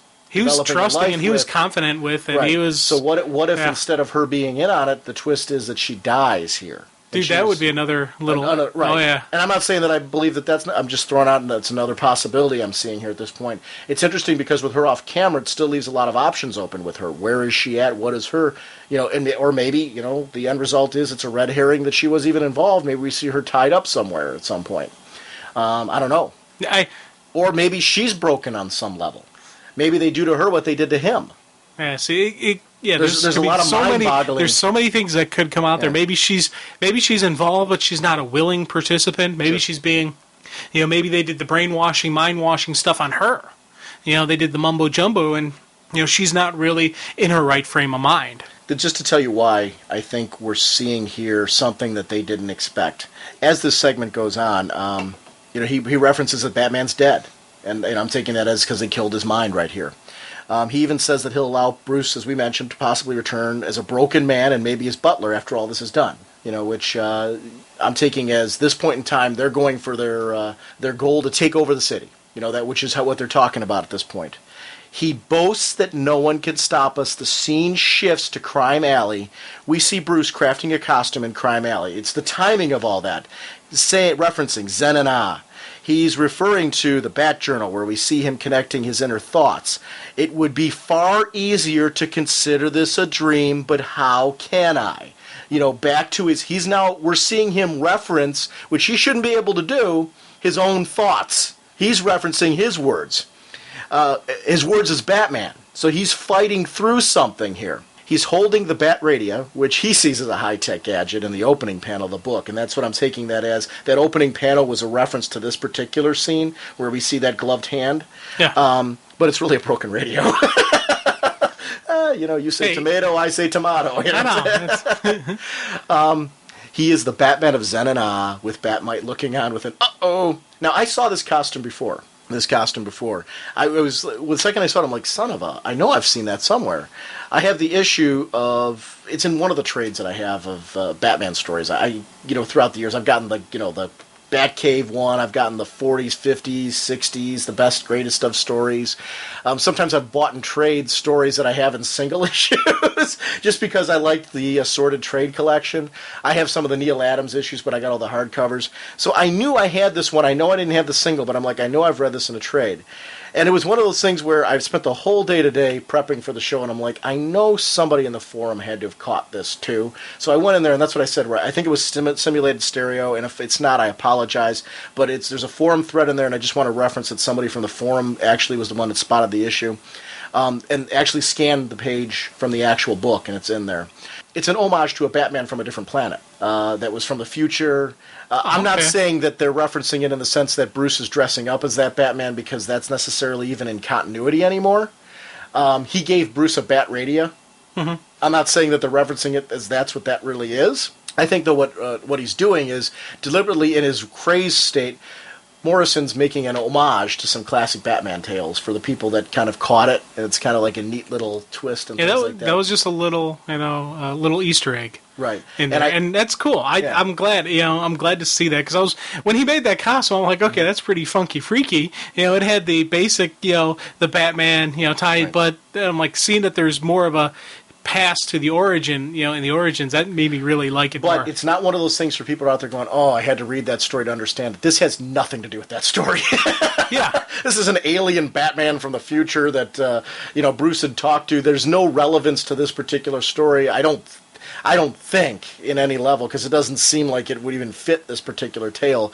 But I think it's Morrison's way of doing a neat little homage for the fans who had read it. Because I knew when I saw the costume and leave it, I rely on the forums so heavily. Because sometimes people just throw things up there, and I can't tell you guys how much I appreciate the fact that you guys are so active in the forums, because I do try to pay attention to as many threads as possible. And sure enough, when I went to that Batman thread, I'd been avoiding it, because I didn't want too many of those thoughts to, I wanted my own opinion.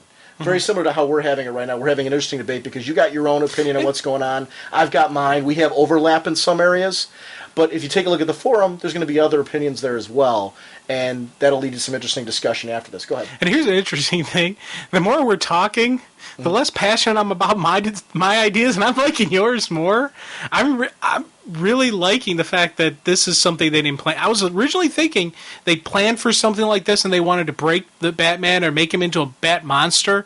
But I'm liking your explanation a lot better, where this is something they didn't see coming, and they're going to be a little bit surprised by it. The only thing that does it for me, it doesn't see, like, for me. A lot of this is speculation, and it's a good thing because that's where you should be at in a mystery story at this point. So I'm not even 100% sold on my ideas. So it's not even an issue of I'm not looking for you to say, yeah, Sean, you're right. Does that make any sense? It's not what I'm looking for here. It's that point, though, where he says, he boasts, no one can stop us, and then they flash right to him crafting a Batman costume. I'm just kind of like, the dude has no idea that this dude is fighting through this. I don't, he's clear at the end of this. He's still nuts. Even, Batmite's. Hey, when you see Batmite, Batmite's not even there either. But if you're able to see Batmite, you have taken one too many drugs. Right. There's people on the forum saying, guys, Batmite wasn't even on that page. But it is one of those, I think this is a story that leads to a lively discussion. I will say this was the issue for me that's gotten me really into the story. The first couple issues in, I was confused. I was baffled. I was reading them very isolated with weeks apart, and then reading other comics in between them and being very into those stories. I was kind of like, I'm not really sure what's going on here. Reading this back all together, though, really, with this issue, has gotten me. It's gotten me excited about Batman R.I.P. in a way that I haven't been in the first couple issues. So I think I think it's important to share that journey, though, saying that I wasn't really too excited about this up until this issue, and I read everything together. I don't know, were you in that? I was jazzed. I was jazzed about this RIP. All the way through? Oh, yeah. Okay, so you were in a different place than I was. From the beginning, I was like, and it was funny, because I'm like, I'm a Superman. I'm an admitted Superman guy, and R.I.P. and the whole Bat family really had me jazzed. So this was one of those where I first initially read it, I was like, huh? Then when I reread everything through, it just, I'm like, oh yeah, and then this, and then our discussion. Now I'm like, yeah, I bet you, that'd be cool. And so now I'm wondering, my main question right now I'm going through my head is, what is Bruce going to be like at the end of R.I.P.? Because I'm convinced he's going to be Batman in some form, but there's no way he'll be fully recovered. So maybe he'll need some time off. Maybe that's the whole aftermath of R.I.P. without Batman for a little bit. But there's going to be changes in Bruce. There's going to be changes in Batman. There's going to be changes in the Bat family itself. So I'm really curious what is going to happen here. Yeah, when I get a comic that really has me thinking on not only just one layer, but multiple layers, like how is this going to affect the Outsiders? How is this going to affect Robin? Nightwing? What about Damian? What about Jason Todd? What about Commissioner Gordon? Is he going to have some problems? With the Gotham PD going to have problems there? You pick a Gotham-type superhero, there's going to be issues. What about his interactions with... Is this why other people have to step up, though, and be Batman? Right, exactly. What are we going to see? Right. It's... I'm wondering if we're going to start seeing the Bat titles have somebody else in the main picture while Bruce Wayne is not around. More than one. Yeah. He's been through the worst in training himself to be Batman. I think we're going to learn why. I think it was to face this, and to be able to combat this, and to be able to come back. Yeah, right now he's fighting on a subconscious level. So it's that, I think, is the cool fact that, this isn't anything he could actually sit there and think, well, what if I'm given weapons-grade drugs and this? No, but it's his mind and body just has to be so focused that it will automatically, it's like... When you train for combat, when you train for fighting hand to hand, you have muscle memory where your muscles and your arms just naturally do a motion, and it's for blocking, punching, kicking, block punch combos that just naturally come from years of training. Well, the mind's the same type of thing. The mind has other blocks on it. It goes into that automatic mode, stuff that your core person is going to fight. And it's, we're seeing what the core of Batman is. The core of Bruce Wayne is the Batman. And it is this, creation that he's made. And what is this Batman going to do? And see, I think where we're in disagreement here right now is, I think what we're going to see is in the next few issues, we're going to see him fighting his way back. I think by the last issue, we are going to see Bruce Wayne as Batman come back and deal with these people. I think we're going to see the recovery of the man in this story. See, I don't think he's going to recover in the story. I think he's going to win. I'm not saying, but not recover. And again, this is speculation at this point. That's where I'm at. That's why I'm kind of like, when you're saying that, I'm like, I can see where Jim's coming from. I can see that as being a possibility as well. I think in some of the side stories, I think in Robin, we are going to see Tim take on some of Batman's responsibilities during that storyline. I think in Nightwing, we are going to see Nightwing somehow get freed and take on some of Batman's responsibilities because he's missing in these issues. Right now, he's missing. They don't know where he's at, and I think we're going to see that for the next couple months. Because we're talking about there's 3 more parts to this story contained within Batman. So I think we're going to see at least 2.5 maybe even, more issues where nobody knows where the heck the dude is because he's fighting to come back, and we're going to see him come back by the 3rd part. What we're going to see in R.I.P., and this is why there's room in the other stories to see these other people be Batman, is because we're going to see Bruce continuing to fight his way back. I think we're starting to see it here, but obviously by the end of this, he's wearing a really loony costume, and he's not aware of what's, he's the Batman of Zen-and-R. What does that mean? And he's, talking to his broken transistor radio. So he's still a little nuts. But I think we're going to keep seeing him slowly connect the dots and fight his way back. I think I think we are very similar in our thoughts. I don't think we're the same in where we think this outcome's going to be. And the truth of the matter could be that the truth is somewhere in the middle. We're talking about. Yeah, who knows? We're throwing out these are our theories and our ideas, but in reality, it could be something completely different. And so this is one of those ones where I'm just sitting back enjoying the ride. My prediction right now is by the end, we will see Bruce Wayne come out of this. So that's where my head is, and you're kind of thinking that we won't. He'll be out of it, but he won't be the Batman. He'll need a recovery time. When this is done, there will be a recovery time. He won't be. The very next issue after this is done, we're not going to see Bruce in costume. I'll say I agree with you to a certain extent, depending on exactly what he goes through here. Because I think there's a lot to happen yet. A lot, I think, has to do with what happens with Jezebel. Because we haven't seen her yet, and that's going to drive a lot of my opinions in a lot of different directions, depending on, is she involved in this, is she not? Did they kill her? Did they not? All those type of questions that aren't answered yet, because we haven't seen her fate and what her involvement is one way or the other, whether she's on the side of the angels or not. That drives for me a lot of my speculation as far as what could happen with him, and opens up the possibility for me to be thinking the exact same way you are. I don't know. I am definitely saying this is the issue for me, that I've been enjoying the ride. I don't want to make people think that I haven't been, but I was largely confused up until this point, which was keeping me from making this like a number 1, number 2 story for me. It's been down lower on my stack, which I think it's important to say that, like you said, we always talk about whether a Superman or a Batman fan. Technically, for me, this should be a top of the stack story. This issue it is. Yeah. This is the one where I'm kind of like, yes, yay, Batman. And I'm thrilled for this, because I'm Batman R.I.P. happy. Like, it's any of the outside issues that come out from this one now, I'm excited where I wasn't before reading this issue. Like, I was into it. I was going to keep reading them because I'm a Batman fan. He's been up on my stack because I'm a Batman fan, and I've been kind of going through the motions and enjoying it that way. But it hasn't gotten me to, this is the issue where I'm excited about Batman. And I think it's important to kind of share what the journey was like, because I'm sure there's some other people who are in a similar boat to where I am, where they were kind of like, huh? Yeah. The next issue, Robin versus Damian. And this is, I'm guessing, where he connects with Talia, I bet.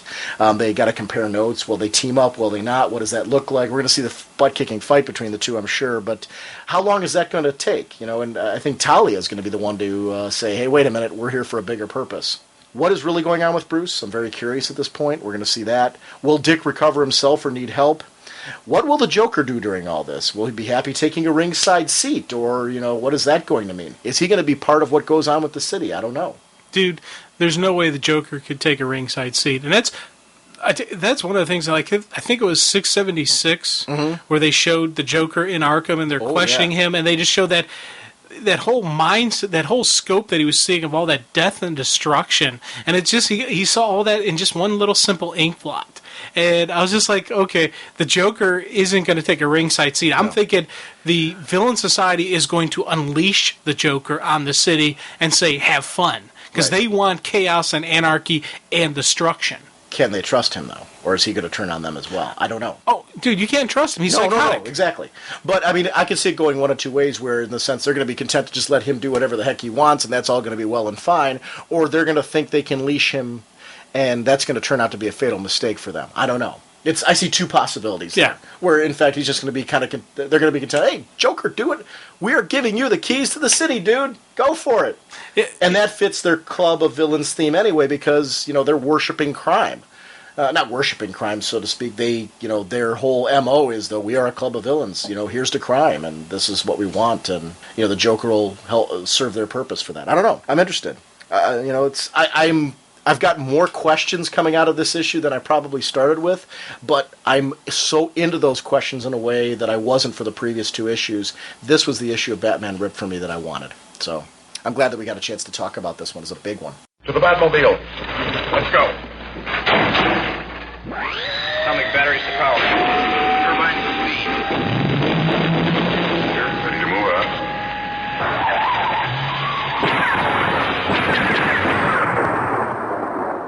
We got a gift here, actually, from Dwayne Hicks from Ontario, Canada.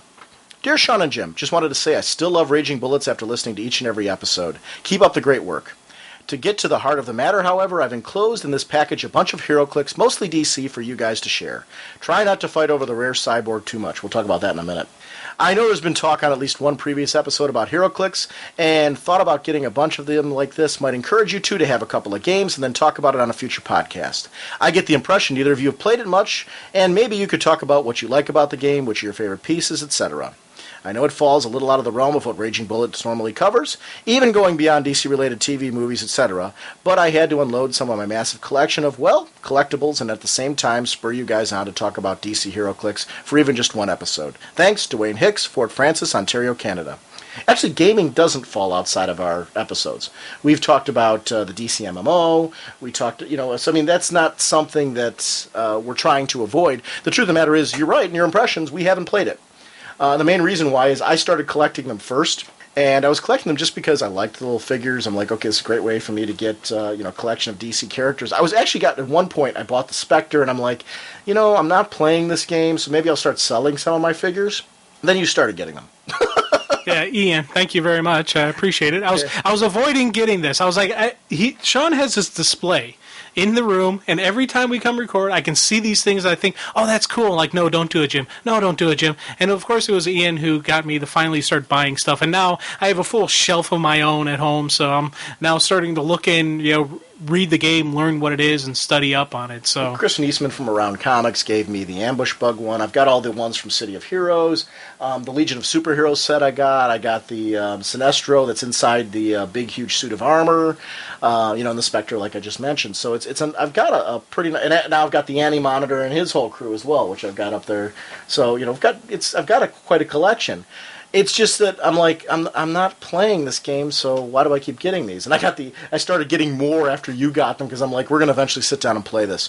So, yes, there will eventually be a segment on the show where we talk about HeroClix. It's just a matter of Jim and I finding some time to sit down and play it. So, I'm assuming by the end of summer at some point, yeah.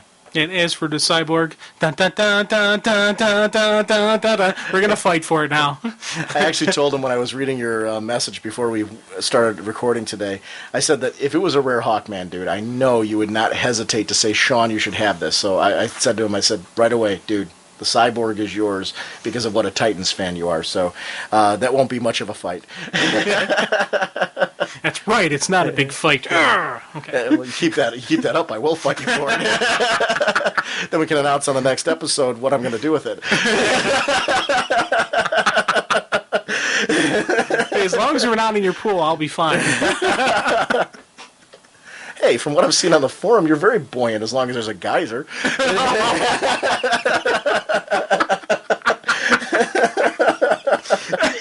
Can Batman escape? One hint, the worst is yet to come. Our next review will be Birds of Prey number 118. It's the Dark Side Club tie-in. The writer is Tony Bedard. Pencils by Nicholas Scott. Inks by Doug Hazelwood. Colors by High Five. Letterer is Swans. Cover by Stefan Roux. Assistant editor Elizabeth Gerland. And editor Mike Carlin. Can I just start by saying I love the artwork of Yes. Nicola Scott. The cover here by Stefan Roux is beautiful. It's Black Alice, who is creation of Gail Simone from the original Birds of Prey run that she was on, and it's great to see these characters coming back in. And I really enjoyed this Dark Side Club issue because it felt like it fit into the Birds of Prey title. We see a lot of great reveals here between Black Alice and Misfit, and some great moments in this issue. So this was one that, for me, it worked on so many levels. But the artwork for me, I said it before, one of the great things I liked about this transition, Birds of Prey was such an important book for me when Gail Simone was on it. And it's been for all 117 issues before this. So the transition of having the same artist stay on board kept that continuity for me, if that made sense, kept that flow and that feel that I'd been enjoying so much. So I'm really glad that Nicola Scott, prior to going over to Secret Six, stayed with this book. Oh, definitely big time agree. And I'm really digging what Tony Bedard's doing, with that first issue that he had with the calculator. Started seeing that he gets the groove of the birds, and especially in this issue and the follow-up issues, he gets them, he understands them, and I'm seeing this and I'm really liking his groove that he's going with it. I was very worried whether I would still enjoy the birds the way I did before, and I'm seeing it's a little different. There are little differences, but it's not like so glaring difference that I'm like, these aren't the same people. These are the same people, and it's the same people reacting to the circumstances, and they're interacting with each other in a similar manner, which for me is the huge strength of the birds, is how they interact and how they deal with their problems and their situations and whatnot. Tony Bedard's a writer that I think we're going to see some big things out of, because I loved his work over at Valiant. So to see him at DC hitting some home runs like this, it's great. It's great to see him taking a book that's really important to me and continuing to deliver the kind of storytelling in that book that I'm really enjoying. So I'm glad to see that continuing. Why don't we go ahead and talk about this? Yeah, it opens. Ooh. Oh, dude. Issue opens up with just this dark side clump and the metahuman fighting, and I tell you, this thing just rang so true to me, just towards the bloodthirsty nature that society is. We don't want happy news, we don't want good news, we want nastiness. And they even point out in the beginning, like, no one cares where Darkseid gets the contestants. Nobody cares that they look half drugged out. They just want, it's the Roman gladiators. They just want to see their blood. They want to see their violence. They want that. This would be in two places. It would be there on the internet, because they wouldn't allow it on pay-per-view, which means that people would be, getting it through the underground on the internet, and they'd be making a lot of money that way. Or it would be sanctioned for pay-per-view, and we'd be seeing this on pay-per-view on Sundays.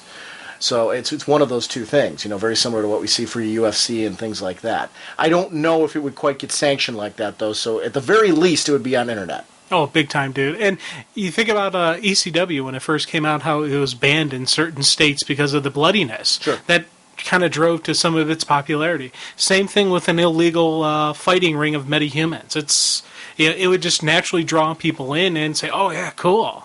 But we talked about the artwork, and just got to comment on how I don't know if this is colors, if this is inker, or who actually does this part, but the fact that the shadowing of all the figures and all the characters, that you really can't see the combatants. You can tell the one is obviously Livewire, but you don't know who the other one is until, Misfit wins the fight, and they're like, and reigning and defending champion, Misfit. You're like, huh?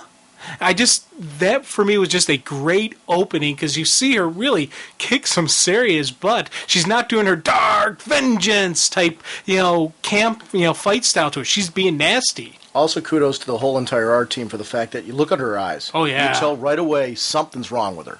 The eyes and the face, they tell it all. That's really important. The eyes were important for me because, Misfit's eyes are usually bright, excited, vibrant. She's the loose cannon that you want to put a shackle around to make sure she doesn't go pop off into a situation at the wrong time and screw things up. But then you're pleasantly surprised when things just happen to go well. Yeah. She's a great character, and it's been fun watching her try to get a handle on herself and see Barbara's patience grow with her a little bit as well. And natural reaction. This Sure. is, you think about it. She's going around wearing a Batgirl outfit. She is emulating Barbara Gordon. So you're sitting there and you're seeing someone who's emulating you, who wants to follow in your footsteps, and they're kind of like not listening at all times. Like, you know what, this isn't a game, and you got to be serious. And then you don't want to push the kid too hard because you know what she's been through. But to the same extent, you got to wonder if Barbara isn't seeing a little bit of herself. Yeah. If you look back at stories like Batgirl Year One, and you start seeing, what she was like in the beginning, and how Bruce was reacting to her, and how the biggest fear would be, she's wearing yellow boots when their costume's all dark for a reason. It's little things like that you got to take a look back at Batgirl's creation, and you see a little bit of that in Misfit. Where there's that little bit of enthusiasm and excitement that gets carried away a little bit much. Not as controlled as Barbara was, clearly, when she was in her younger self, but she could certainly see elements of herself there, and I like that about the character. Mm-hmm.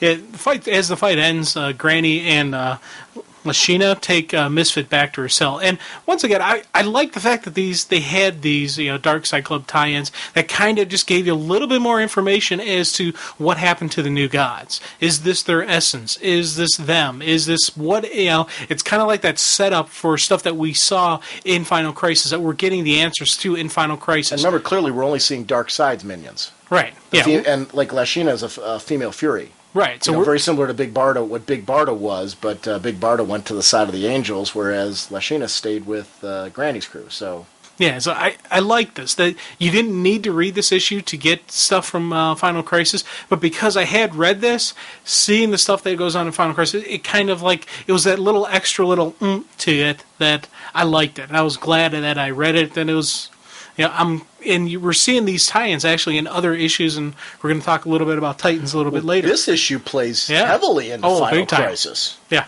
One of the when they brought Charlie back off to her cell, she's no longer alone, and they show Black Alice in there, which I kind of liked the fact that they throw those two together because one, they've butted heads so much and they've had so much animosity, but two, storyline wise, we get the chance to see exactly how Charlie got there. It wasn't it was an open dialogue between Charlie and Black Alice, but it didn't just say this is what happened to me. They do it in the contents of the story. It's kind of it's showing Charlie's brainwashing, because as she's explaining it to her, she's still in that kind of zoned out phase. She's still, under the influence of Granny, which I like how they caught her, because, it was one of those interesting things.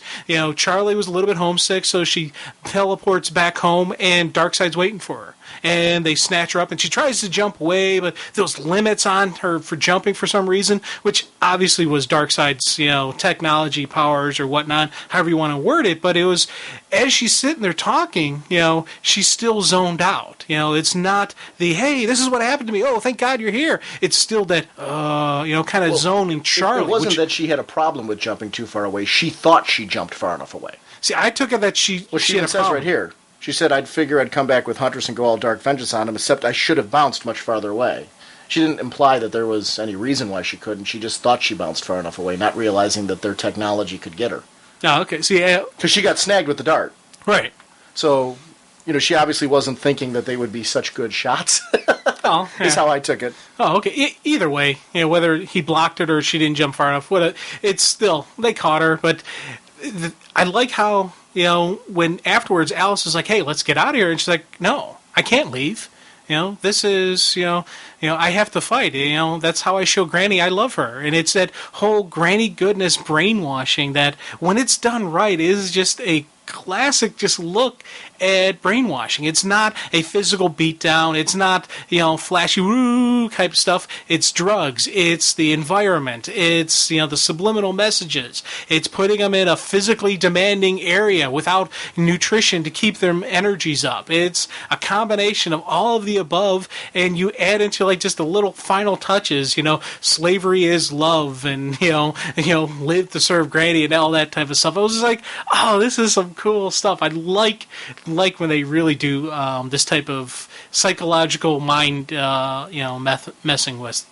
Well, it totally fits what they're doing here too, because they're trying to capture the, the cream of the crop, and they're trying to find who the cream of the crop is. Their Fight Club is for the purpose of let's find who the best of the best is, and we're obviously going to use them for something else later. maybe make more Lashinas or something like that, or something more with their purpose. We haven't quite seen what the purpose of these dark side clubs are yet. I took it just as minions to build up the army. Sure. Instead of having just parademons, they're going to have metahuman parademons. Sure. I liked the whole bit with Black Alice and the fact that, okay, she's brainwashed. You fools didn't realize, you kept me from being able to use my magic on anyone outside this building, but I've pulled from her before. Yeah. And this is going to be a feather in my cap because I can use her powers now. And I like how when she bounces out right away, she's got the cape on. Yeah. Oh. Emulating what Misfit looks like. Dude, I thought that was... Plus also the fact that Black Alice is able to fight the drugs and influence because of the antidepressants she's taking. Right. I thought that was like, okay, that's a nice little, connection with it and give a little connection to her explanation. history. Yeah. But it's funny how Alice she's not going to go above and beyond to save Charlie because she sees Charlie as the person who cost her time with Oracle. Oracle was the one person who gave her a chance, and Charlie came between it. I was just like, I'm reading that, and I was just like, oh my God, this is just, such a true reaction that she would have. It's, especially with what we find out later, the natural headbutting between the two of them is so fitting. I love her artwork. I'm just like sitting here looking at that. I'm like, it's as we're having this discussion, I keep getting captivated and drawn in by Nicola Scott's artwork. I just love her artwork so much. I am so excited for Secret Six based on this. It looks great. I love the details in the background, everything from the cage doors from when they were locked up into the walls to the floor to I'm just like marveling over what she's done here. The whole art team, Doug Hazelwood's going with her, as she mentioned on the interview that Damien got for us over to Secret Six. So the entire band's back together. Metropolis. Yes, and this is one of the things I said about how he understands the team. Because it didn't take them long to look and see that they realized Charlie didn't run away. Something else happened. So they're investigating the scene, they're seeing what they can do, and even Huntress tries to lighten the mood with a little bit of jokes, but it's like, about putting a tracking chip in Charlie when they find her. And it's like, no, we got to focus here. And I like the fact that Barbara's the team leader. Yeah. She's the one that should be. She's the den mother, pulling everyone together. And I really like her role where she, she's always been that coordinating body, but the bird, she's convinced that the birds need to step up a notch, and that's been an ongoing theme with her, that she's been wanting to do that. And I really like that aspect of her. The one thing, I love Huntress. Are you reading Huntress Year One? Yes, I am. Yeah, I think that's a wonderful miniseries for anyone right now who wants a little bit background into Helena Bertinelli. You're going to definitely want to go read that Huntress Year One series because it's got a lot of nice origin background to her for anyone who hasn't read enough of her to understand her background. If Birds, the Gail Simone one was probably your first attachment to her, this is definitely a series you should read. Yeah. I love Lady Blackhawk. Yeah, they've really got a team here that I thought when Black Canary left, I was a little worried because I love Black Canary so much, and she was such an important member of the team because it was for the longest time Barbara and Black Canary, and that was the book. But then, Gail Simone during her run, the lineup started increasing, and then we had these just great characters, which was great because now you're left with a book that has kind of moved beyond that. Mm-hmm. And it's Barbara and Huntress and Lady Blackhawk, and we've got Manhunter, and we've got Misfit, as the main lineup. But then you've got some of these like Judo Master and some of the other characters that can jump onto the team as the reservists. Right. I like that growing concept of a growing team. It makes sense for a superhero unit that you wouldn't want to just limit yourself to. You'd want to open it up to as many people as possible. You'd want to have that if you're in a mission where you need these powers. Okay, let's pull here. I like that. They're a covert strike force, really. Yeah. You need specialists when you do that type of stuff. Bingo. That's what's the strength of the Birds. As we continue on, Alice is trying. As she's escaping, she comes across Granny Goodness and Bernadette, and it's interesting. She finds out that she and Charlie are sisters, and as soon as I read that, I was just like, "Oh my God, this is wonderful!" As I said, the sibling rivalry, the bickering between the two of them. They were both fighting for the mom figure's affection in Oracle. It was just so many just different pieces of the puzzle that were just fitting in. I was like, "Oh my God, this is cool!" I really that was one of the things I was jazzed about, and one of the things I'm like, man, they got to get Black Alice back on the team. That knowing this information, I really want to see Misfit and Black Alice interact with each other, and find out the past, and there's just so many stuff that this opens up that I was like, that's cool. Plus, it also explains how Black Alice is able to borrow Misfit's powers. Maybe Misfits is magic based, but they already did some testing and they said it wasn't magic based. So I'm like, maybe it's because of the genetic, relationship that she can borrow the powers. Maybe Misfit's powers really are a magic base, but because she and Black Alice are so similar, she's able to mask it from testing. I don't know, but it opens up a whole nother layer to the Misfit Black Alice relationship. Oh yeah, definitely. Here's an interesting thing. Did you notice in the artwork with Darkseid, the second he's injecting her, Misfit's powers go away and her costume changes? Yeah. Oh, yeah. That was cool. Nice little tiny art detail that I respected. Yeah, because that was the neutralizing effect of her powers that she had on... it neutralized her hold. So that was like, once again, just little attention to detail on that. I love that the interesting twist, 24 hours later, we see them up to their eyeballs in Bernadette's fight juice. Oh, yeah. Jack them up and get them ready. So they wanted them to kill each other, or one kill the other. And you know what? It's, once again, I like that. You think about the Fight Club. They're only going to want one of them, not both of them now, because of complications that could arise. So you got to pick whichever one is more under the influence of the fight juice. They're going to be more violent. They're going to be more nasty, and they'll probably win the fight. But also their emotions are pulling them through. Where obviously Black Alice is emotionally distraught over the revelation that this is her sister. What that's going to drive, that kind of emotion in that type of situation is going to drive anger, because confusion and, not knowing how to feel. Your first reaction is going to be anger. Yeah. Like, why didn't I know this? How did they know that? How did they find that out before me? That's almost a violation in some way, to find out from somebody else in passing that you have a relative that you didn't know about before, and it's somebody who you don't like. Yeah. And when they started actually having those two fight, that for me was just one wow moment after another. They're throwing down, looks like Misfit's about to win, but Black Alice pulls powers from somewhere. I'm guessing she pulled from Darkseid. Is that how you took it? I'm not entirely sure where she pulled it from, but we see that stripe on her head that comes up and... Yeah, she pulls some serious power, and she's getting ready to go for the kill, but doesn't take the kill shot. Doesn't kill Misfit. She's able to control it. Instead, she borrows Misfit's powers one more time, teleports over to Granny. And from the very beginning of introduction of Misfit, we always had Misfit saying, I can't teleport other people. I tried with my cat. I can't do it for anybody else. We finally learn exactly what happens when Misfit teleports somebody else, as Black Alice with the Misfit powers teleports Granny Goodness out of the arena.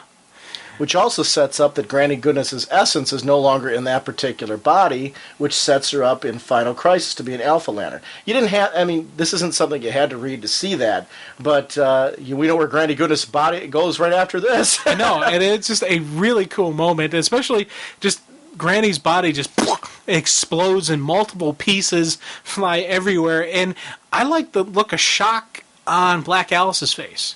For all her tough talk about being, this, badass, she is legitimately, whoa, what did I do? Kind of look on her face. Well, look what's sitting in front of her, though, a big pile of guts. Yeah, I know. That's not, even, there's a difference between shooting, like, let's even take it to a different level. To protect somebody, like if somebody was trying to kill you, could I shoot them with a gun if I had to? Yes. Could I take a grenade and blow up their guts? There's different levels of, disgust. Shooting someone with a gun is not going to have as big of an effect on me as blowing somebody up with a grenade, where you see their guts fly all over the place. You're talking about a horrific death for somebody. I'd still be able to do that to save somebody's life if I had to. What does the after effects do to you? Seeing a dead body with a bullet hole versus their arm in one corner and their, eyeballs in another corner, that's going to have a much more shocking effect on you, especially when you're wearing some of it. She's wearing quite a bit on top of her. Yeah, still, she's got a lot of splatter on her. So it's that's gross. I'm not contradicting you in any way. Okay. I'm more saying I'm taking it more to a personal level. Where I was reading this and I was like, oh my gosh. To me, the artwork totally fit the scene. to why she would be so shocked. So it isn't a contradiction of you. It's more of a building on what you're saying. Right. But also, kind of cool scene for me was after Misfit gets her powers back, she teleports out there after Black Alice, and Alice is actually, when she's face to face with Misfit, trying to, oh yeah, whatever, kind of, she's not letting Misfit see that it did affect her. Mm-hmm. She puts up that, the mask, the front that she's got. So I was like, okay, yeah, that's kind of cool. And then as she gives her the note, she takes off and leaves, which, I tell you, that note was awesome, dude. Basically, she lets Misfit know that, they are related. She doesn't say sisters, which I like the fact that she didn't give that. She just says, we're related. One more reason for me to hate you. I was just like, oh, this is awesome. They're laying out even more stuff, between Misfit and Black Alice.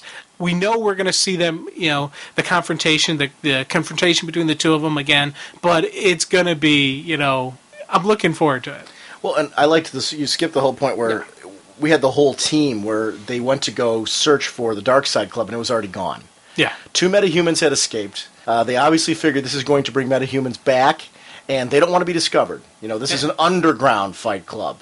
So they're already gone. Everything's already cleaned up. They've had to do this before. They vanish. Nobody knows where they are. They're going to pop up later. You'll see. Actually, 4 metahumans escape, but we'll get to the other 2 later. Right.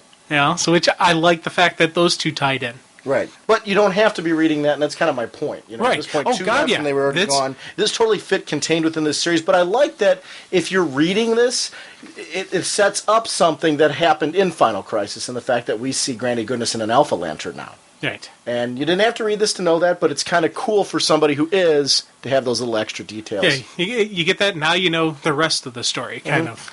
We're not going to go heavy into the next issue, 119, but this is where we start seeing Tony Bedard kind of having a chance to establish what he's doing with the team and their new base, which begs to be talked about, because I love that the team is so like, hell yeah, we got slides and chutes to get to where we want to go, and there's all these secret nooks and crannies, which is the cool thing about the Wayne Manor, is the fact that there's all those kind of... So you see her familiarity with Batman's setup kind of coming to life here, but it's more high-tech.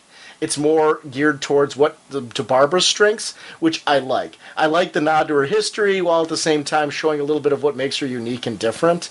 That, to me, is kind of the strength of this title at the moment. It's part of the reason why I don't think we're going to see them in Batman Rip, because I think they're establishing their own base of operations. The only attention I would see in Batman Rip is if there's a call out to them, hey, what do you got information on? Can you help us out here? And it would be more of a 1-panel, 2-panel type contact with Barbara. Is the only reason why I'm thinking, because there is still that connection, especially with Dick Grayson disappeared.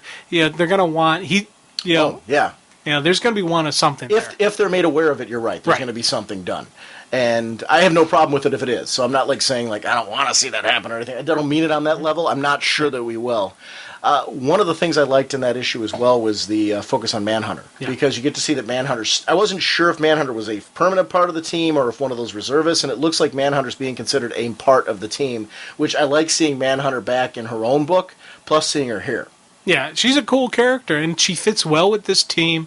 Bedard's got a good handle on who she is, so I'm liking that. Looking forward to the next issue with her versus Dinah. A little bit of I liked what we saw so far, though. How she was basically keeping an eye on them for this secret that Barbara has. And that's interesting. There's a big secret, and secrets in Birds of Prey have always come back to slap the people in the face.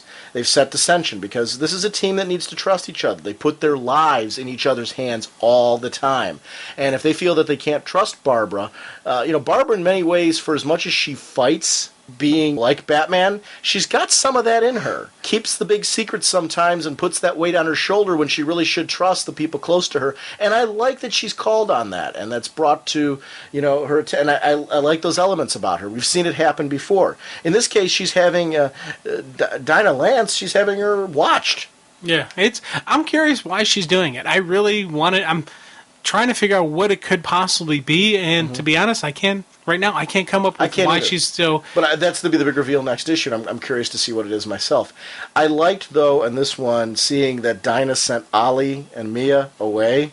waited right there to take care of it herself, expecting that it was a villain, not realizing that it would be Manhunter. Yeah. And apologizing at first for kicking her out, but then Manhunter's up and ready to fight, and I can't wait for the brawl either. Yeah, because, Manhunter has gone, she's held her own against Wonder Woman. Granted, Wonder Woman did win, and you could see she was holding back, but she did throw it on pretty well. So that should be a pretty decent fight between the two of them. What's the leader of the Justice League versus Manhunter? Yeah, so it's going to be an interesting battle. But I tell you, I got to just comment on just how wonderful the villains are. The people who run the Paladin, Platinum Flats, just the CEO of Feinster. He's looking to branch out in another country and leave their little happy acres. And so how is he rewarded just for starting it up? Not only is his family, but thousands of innocent people are destroyed. Right, by the gas coming out of the factory that they created there. I know. I was just like, oh, these are just wonderful villains. And even in the end, when the CEO is like, no, it's not their fault. They're like, yes, it's not their fault. It's entirely yours. I was just like, oh man, these are just awesome villains. They sent him back to work. Yeah. Well, yeah. Hey, come on. He's got to make his quota. Get back to work. Right. Such is life. Wow. Oh, beautiful villains. This is really setting up, and also like as we mentioned, the base and they're going to put the birds through the ringer. Yeah, the clock tower systems.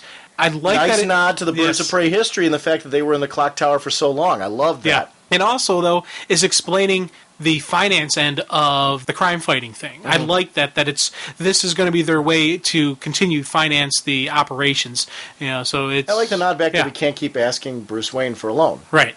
Which that I like that need to be independent and to be something more. It fits. This is a great series. It's one that I was worried about post Gail Simone because that her writing was resonating with me so much, and it's now to see Tony Bedard on there. I like Tony Bedard's writing a great deal. I'm happy that this is the writer that's been attached to this book because I was liking what McKeever was doing. I think he was starting to come into his own, but then he decided to put his focus on Teen Titans because he really wanted to make that work, and decided to leave Birds of Prey. And I was like, oh no, now who are we going to get here? And Tony Bedard's fill-in issues were so good that I was thrilled when I heard it was Tony Bedard because I love that whole calculator Barbara issue when he was on there. So I think this is somebody who's really going to shine on this particular book, and I hope he has a nice run. And I'm curious to see what it's going to look like with the new art team because I've enjoyed Nicola Scott so much on this book. At first I was like, oh, she can't be leaving Birds, but then I'm like, but she's going to Secret Six. So yeah, okay. yeah. So it's a win-win. Yeah. Because I think Bedard's established himself now. So it's definitely a book if you walked away from it or if you haven't tried Birds of Prey, I definitely recommend jumping on board now. Especially with the Dark Side Club issue with Black Alice because it's kind of a good issue to get a glimpse into those two characters and how they interact. Because they're going to play out big time sure. in the future. So I'm looking forward to that. It's side supporting characters, if you will. Birds of Prey really are the strength of the team. So I like seeing these characters get this, get pushed in the forefront and get a chance to build and interact with each other. So right. Cool. You filthy criminals.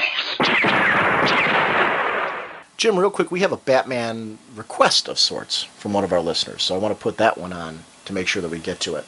Hey, Sean and Jim. This is Rick Croxton, the pulp reader from the forums, and I'd like to make a request for you to do a Batman story from the 1970s. It's called the Bat Murderer series from Detective Comics number 444 through 448. It's also reprinted in the Best of DC Ribbon Digest number 9. It reprints all 5 issues. It's one of, I think, the best stories.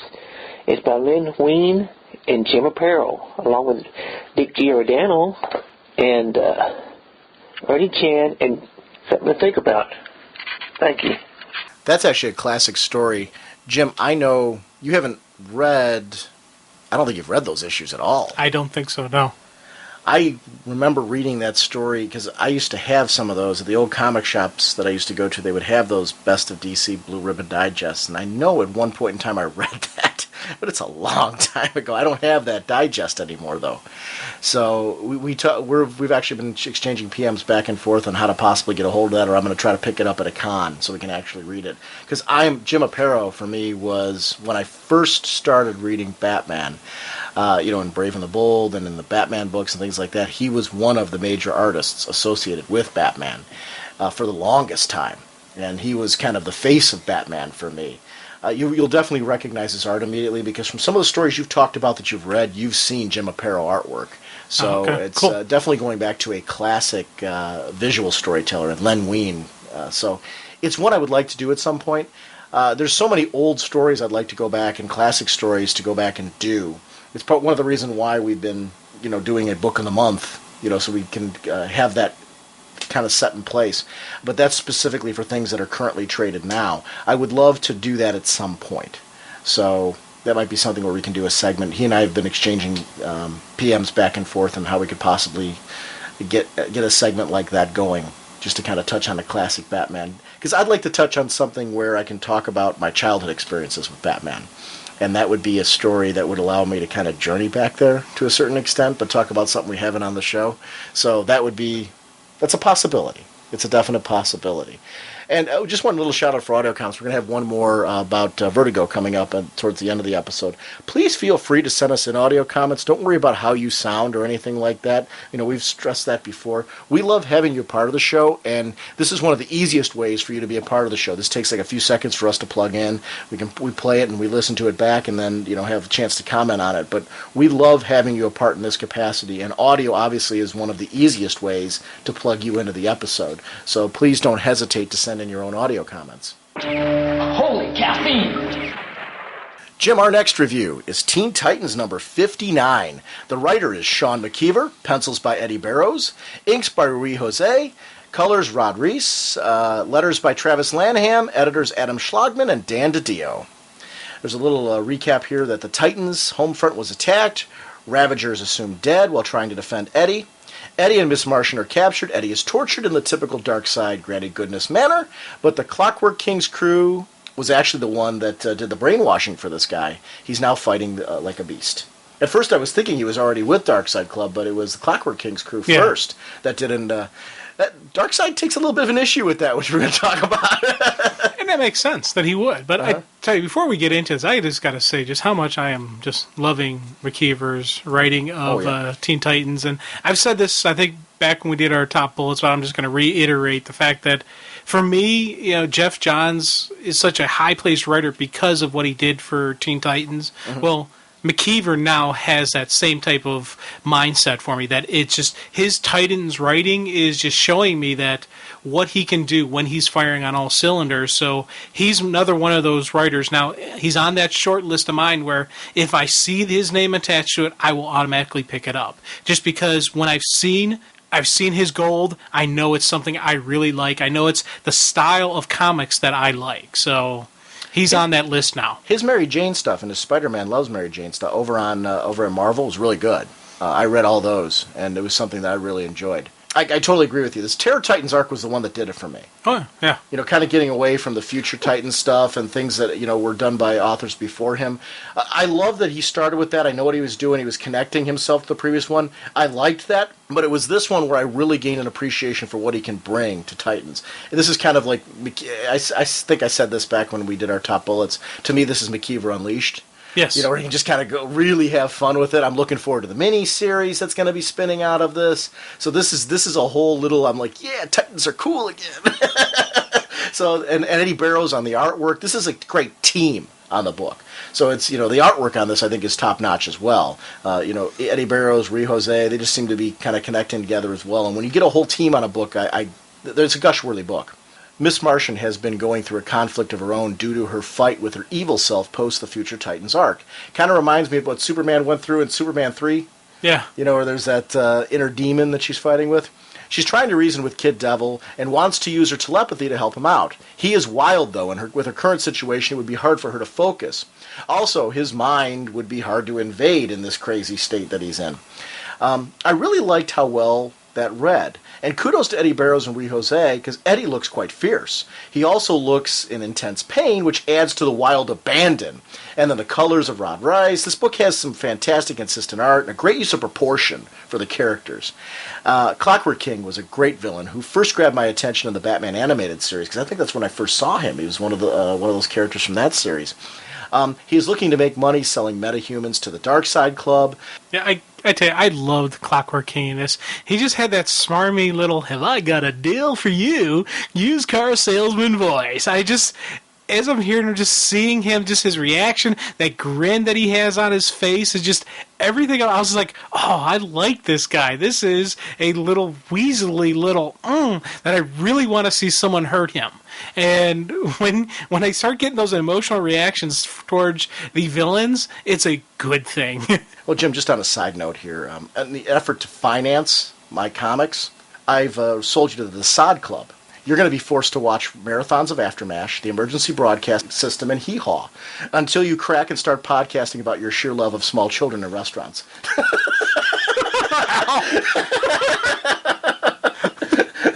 Sorry. Hold on. Just for the record, I liked Aftermash. I thought it was a good show, and I enjoyed seeing it, so I have no problem with this torture. Okay, well, what about the emergency broadcast system and Hee Haw? I can handle it, right. And hee-haw, come on. What's not to like a bunch of people in corn, yelling, hee-haw, oh, come on. This is golden, man. This is golden TV. A bunch of people in corn. That's the only scene I can remember from Hee-Haw. That's all I remember either. There was a kid, I can't even wait, it might be that I put an episode of Hee-Haw right now and I love it. I don't remember any of it, but Clockwork King is put in his place by Darkseid, who wouldn't want any precondition, which made sense to me because Darkseid has a goal and would want his metas all in line with whatever that long-term goal is. Darkseid sets his authority role immediately when Disruptor speaks. His deal is not with her. She is a common whore to him, insignificant, and Clockwork King is the only one remotely worthy of his attention, and Darkseid makes it clear that even he is not that worthy. Clearly setting a tone here. He is taking the first two, but no payment until the rest are gathered. Now, here's my question. Darkseid contracted him for 6 people. Okay, so with the 2 down, the remaining 4 are the Titans. Now, he only wants metas, though. So Robin and Blue Beetle wouldn't be considered part of the mix. Were there 2 other people that Darkseid, that Clock King offered up? Here's the question, though. Would he take Blue Beetle because of the... See, I wouldn't think he would, because that's, the Scarab is the power, not the person. But he might want the Scarab itself. That could be. But still, we still have the 5th of Robin. He wouldn't want Robin because Robin's not a meta. Well, and to take Robin, though, Batman's sidekick, there would be an importance to that, possibly. A reason why he would want that person. I would take that as being able to use that jigsaw piece to be able to convert Robin. Well, I was kind of wondering if Clock King had set up to sell out some of his own people. Oh, I wouldn't be surprised. That's what I was thinking the other 2 would come from, were 2 of Clockwork King's people. Darkseid, though, might have wanted all of the Titans for the purpose of, like I said, there would be an advantage to having Batman's sidekick, I would think. Or he wants the full collection. Yeah. Kind of like Hero Clicks, you want the full Teen Titans. Look, I have the full Teen Titans. Yeah, because it'd be lame if you have Teen Titans but you don't have the leader. Yeah, I know. Okay. Yeah. Now that makes sense. Yeah. Right, because then somebody comes over and they go, well, dude, where's the leader?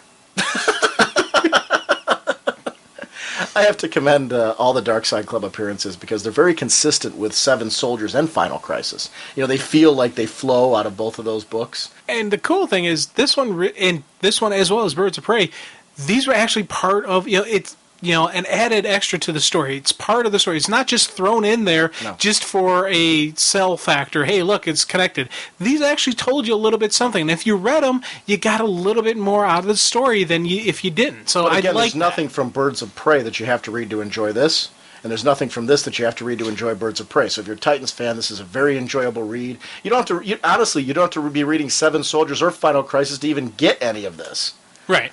You get the Clockwork King's motivation is that he wants a role in the Darkseid Club, and that's why he's doing this. And it's all told within this story, which to me, that's the way you're going to do it. It's echoes within the universe versus being forced, and I like that element of it. The other thing I'm enjoying is how it didn't derail the current arc, because this is a full-blown arc that's leading to a miniseries and all that. We got Titan's Tower's in bad shape. Rose, who's normally not well-liked, reminds me of the early Wolverine in Claremont's X-Men. She's cool but antisocial, not outwardly caring about her teammates. When trouble hits, she has their back. And that's kind of the cool thing about this character. Wendy, Marvin, Wonder Girl, and Blue Beetle are searching for signs of her remains, fearing the worst, which would make sense considering her power set, and all the destruction around them. It totally fit for me. Robin is so well written here. We talk about Robin just right now in Batman R.I.P. We got another Robin here, and he's a detective, taking the pieces of the puzzle like he was in R.I.P. and putting them all together. The valves were closed to contain the blast, keeping it from being worse.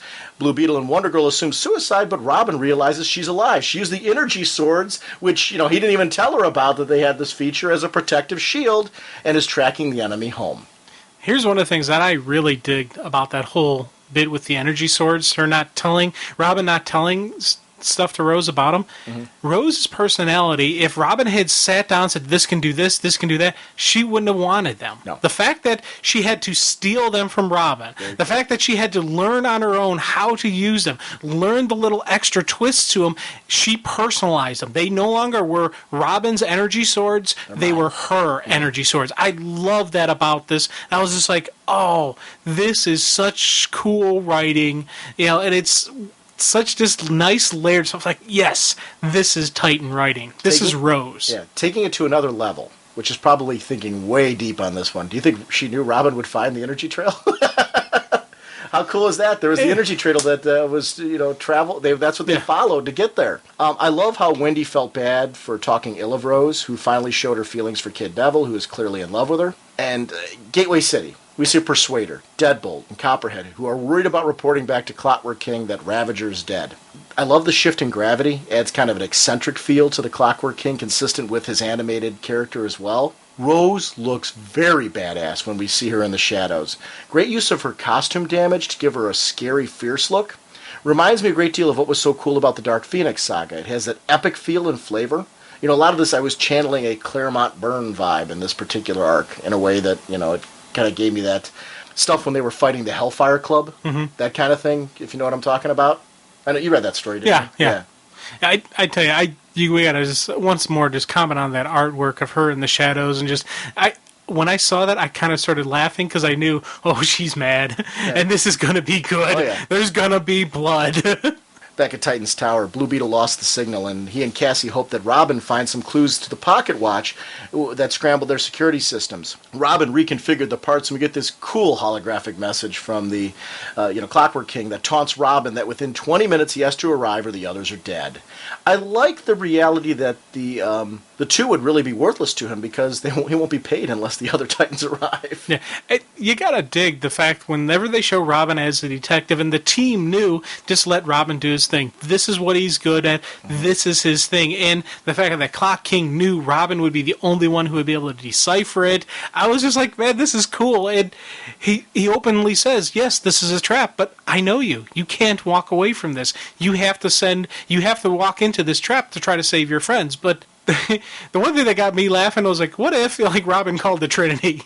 The trap showed up and it's Batman, Superman, and Wonder Woman. Just a look on Clock King's face, like, I was expecting the kids, not you guys. But he would know because right. So he would know that was going to happen. And that's a big problem with the fact that, and you won't do that when there's hostage situation because you're worried about how that's going to play out. So actually, I liked how it all reacted. But no, to answer your question, Clockwork King's the worst villain to do that with because he'd know. Yeah, he'd know ahead of time. But yeah, but Robin wouldn't know that necessarily. Right, I know, but yeah. It is funny though because he wasn't lying. He really doesn't want them dead. Well, except for still having Megan and Eddie, he was lying about that because he doesn't have them. Former Doom Patroller Fever fills Megan in on what's going on with the supplements that make you love Granny. Interesting to see her fully converted. The fuzzy head is supposed to be the supplements helping Megan. Freedom is slavery, Granny is love. Okay, I have no doubt if a tiger was going all Siegfried and Roy on you, Jim, that Granny would consider that your way of showing your love for her. It would be. Boy, Jim must really love me by the fact that he's being eaten. Yes, it is. Well, that's the ultimate sign of love. Yeah. Kid Devil is taken to the arena, and I like... You notice how I always do that? Jim, if... I noticed. I caught it. Yeah. I have issues with thinking of myself in pain. But you have no problem seeing me in pain. No, it's comforting. Oh, okay. Thanks, pal. Kid Devil is taken to the arena, and I like how powerless a heavy hitter like Miss Martian feels here. This Dark Side Club event is really important in that it builds... The Dark Side Club is a powerful force right now when it's appearing in Final Crisis, and it's worthy, the way that they're handling it. I like the way that they're doing this. Blue Beetle is great at the Clock Tower and could be plugged into his own book from here, which is what I really like. There's great consistency, and kudos to McKeever for that.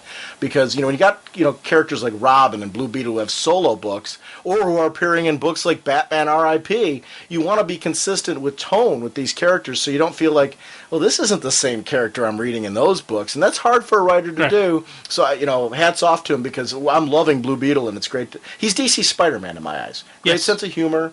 But he's got the snappy one-liners. He's got that high action, high energy. Where Spidey does like the acrobatics, Blue Beetle's got the gizmos and the beetle and the scarab and all that. So it definitely is the DC Spidey. He adds realism because people use humor to deflect fear and to mask it. But he's also the kind of guy you want in a fight because of the power he's packing.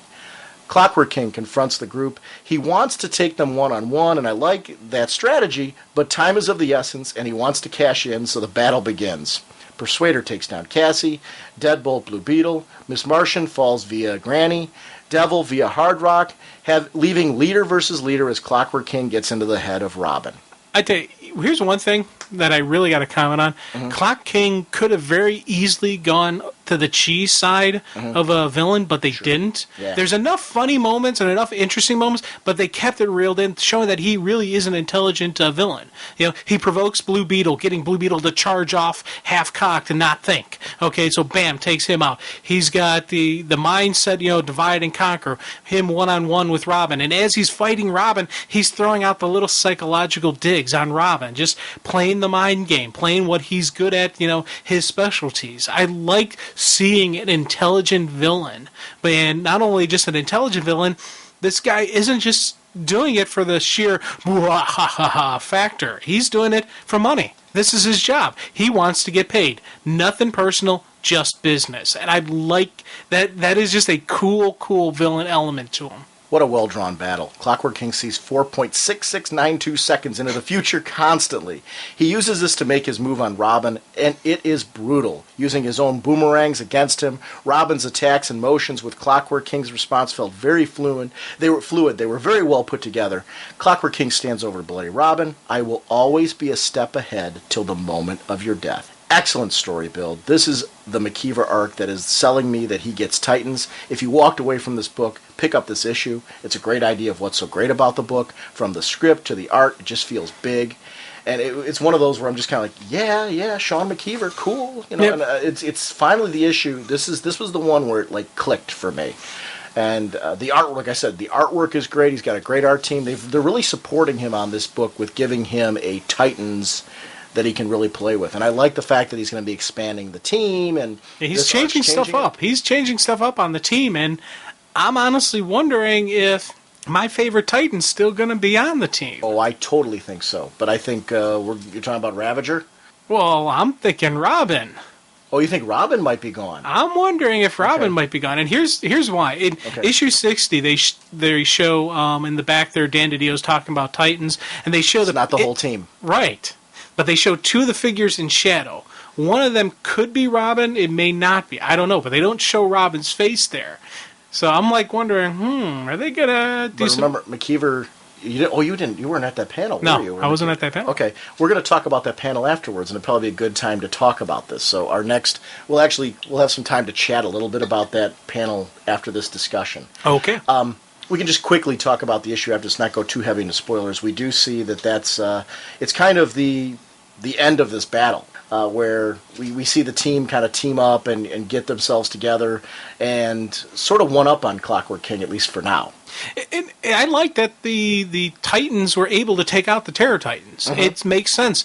The Terror Titans are relatively new in the game, and when they had the underhand, when they did the sneak attack, they were able to do the battle. But a one-on-one, face-to-face, those guys versus Blue Beetle, no contest. Those guys versus Cassie, no contest. And you see that. But the cool thing about Clock King is he doesn't care. He actually wanted his team to get smacked around a little bit. He wanted them to be defeated because you learn more from a defeat than you do from a victory. This is a nice seasoning for his team. He wants them to, get used to being smacked around a little bit, get a little dirty because they're going to get a little nastier then. And I like how he's brutal with them too. Yeah. Showing that he is kind of a sadistic SOB as well. Oh God, yeah. I'm digging it. And then, of course, as we mentioned with Ravager, Ravager's one of those characters who she overheard something. Robin never said he was kicking her off the team. No. He said there was going to be consequences. And, those consequences, I think, were going to be a talking to versus kicking her off the team. I don't see Robin as the type that would boot her. Because I think that he sees the potential in her character. Yeah. But I think she took it as that way and left on her own. Yeah, oh, big time. She heard Cassie. Well, she heard Cassie saying she's got to go, but Cassie's been saying that since day one. Right. And Robin's like, hey, yeah, there's definitely going to be consequences. Now, I don't know what he was thinking, because part of me was wondering, is maybe the big shakeup on the team going to be he's not going to be around, or maybe, hey, it's time we shift Ravager from Titans to a different team. We'll talk about that when we talk about this panel next, because I think there's going to be some reveals in that panel that's going to help you on that, because that picture that you're keep referencing is cut off. Oh, okay. There wasn't enough space to put the entire lineup. Oh, okay, cool. Now, we haven't seen the entire lineup anywhere. That hasn't been posted. As far as I know, that hasn't been posted anywhere. I might as well say it right now. There's going to be 11 members on the team.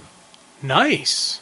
Terror Titans is going to be an arc that tells where Rose is going, obviously, from this. Now, I have to say, one thing that did pop in my head, I wonder, and before we even talk about anything McKeever said, this was one of the thoughts that was going through my head. When Rose leaves, does she actually leave, or is she leaving to prove that she is a Titan? She's leaving to take down the Terror Titans and proving she belongs on the Teen Titans. That was one of the thoughts that popped in my head. Maybe that's the case. She also has to deal with some of the emotional issues that she had when being faced with the Clockwork King, who claims that he's the only person that understands her. Right. Because the two of them, they're both precogs. They both have that time type shifting power. So there's definitely a connection. Those moments with the two of them were very cool. Again, a great McKeever writing moment because it added some depth to Rose, So he's clearly not done with her. You don't set up a scene like that and then kick her out of the book. Well, here's the thing that I thought was really cool about that. And this was in 60 when they're having that confrontation. She basically chooses the side of the Teen Titans over the Terror Titans when she kicks that clock watch, whatever the source of his powers. And ends whatever time vortex those two were in. That was a defining moment for me and Rose on the team. She's like, no, bam, enough of this. So I was like, it's when I'm reading that, then she leaves. I'm like, she can't be gone. She's awesome. So, I'm really curious to hear what was going on in that panel now. Yeah. So we'll discuss it. You know what I'm going to do? I'll Skype you in on that panel and we'll finish this discussion up. Okay, cool. So anyway, the Saturday Crisis panel, that's the gist of this discussion, but I felt like we should talk about a couple of those panels because we had such a good time. Dan DiDio opened up with a story about Michael Turner, who passed away during the Chicago Con weekend. And what I loved was he addressed it with such class, and I didn't take notes on it because mainly it was a very personal, heartfelt discussion of his own about his experience with working with him on Superman, Batman. And I do remember one thing that he said. It was Michael Turner was at a con in a wheelchair, and he signed for 2 hours at a booth. He just said that was what Michael was all about. He smiled the whole time from start to finish, and he epitomized everything that was great about comics. And he was doing that because he didn't want to disappoint the fans. And that was something, it was funny. I didn't have to take any notes on that. It's a statement that the Dio made that totally stuck with me because I'm like, wow, that's what I want to believe in comic creators, that to me is all class. I mean, that somebody would do that. Every reason to say, you know what, okay, I'm in a wheelchair, I don't want to be here, I'm upset. He had every reason to be. I wouldn't have faulted him. I would have said, look what the dude's going through right now. He has every reason to be upset or tired or anything like that, but he kept a big smile on his face and tried to give that experience to every fan. That to me is all class. And that just kind of says it all. I didn't know the guy personally myself, but to hear somebody make that kind of statement about him and to hear that's the kind of person that he was, you kind of get to know somebody by their actions, if that makes sense. And that was just one of those cool things when the panel opened up. Forget about all the DC stuff and the fact they were there to promote things. He said, this is what I want to start with first. I want to make sure I do that. I thought that was a classy move and a great way to handle that. And the story was very personal, and it was something that connected with me. So I thought it was just very, very cool. Just kind of anybody that knew Michael Turner personally, just want to give a shout out and say, we're sorry for your loss. It was a major point of the weekend where I don't think any of us kind of totally grasped the magnitude of what happened because, talk about a young guy. He's 37.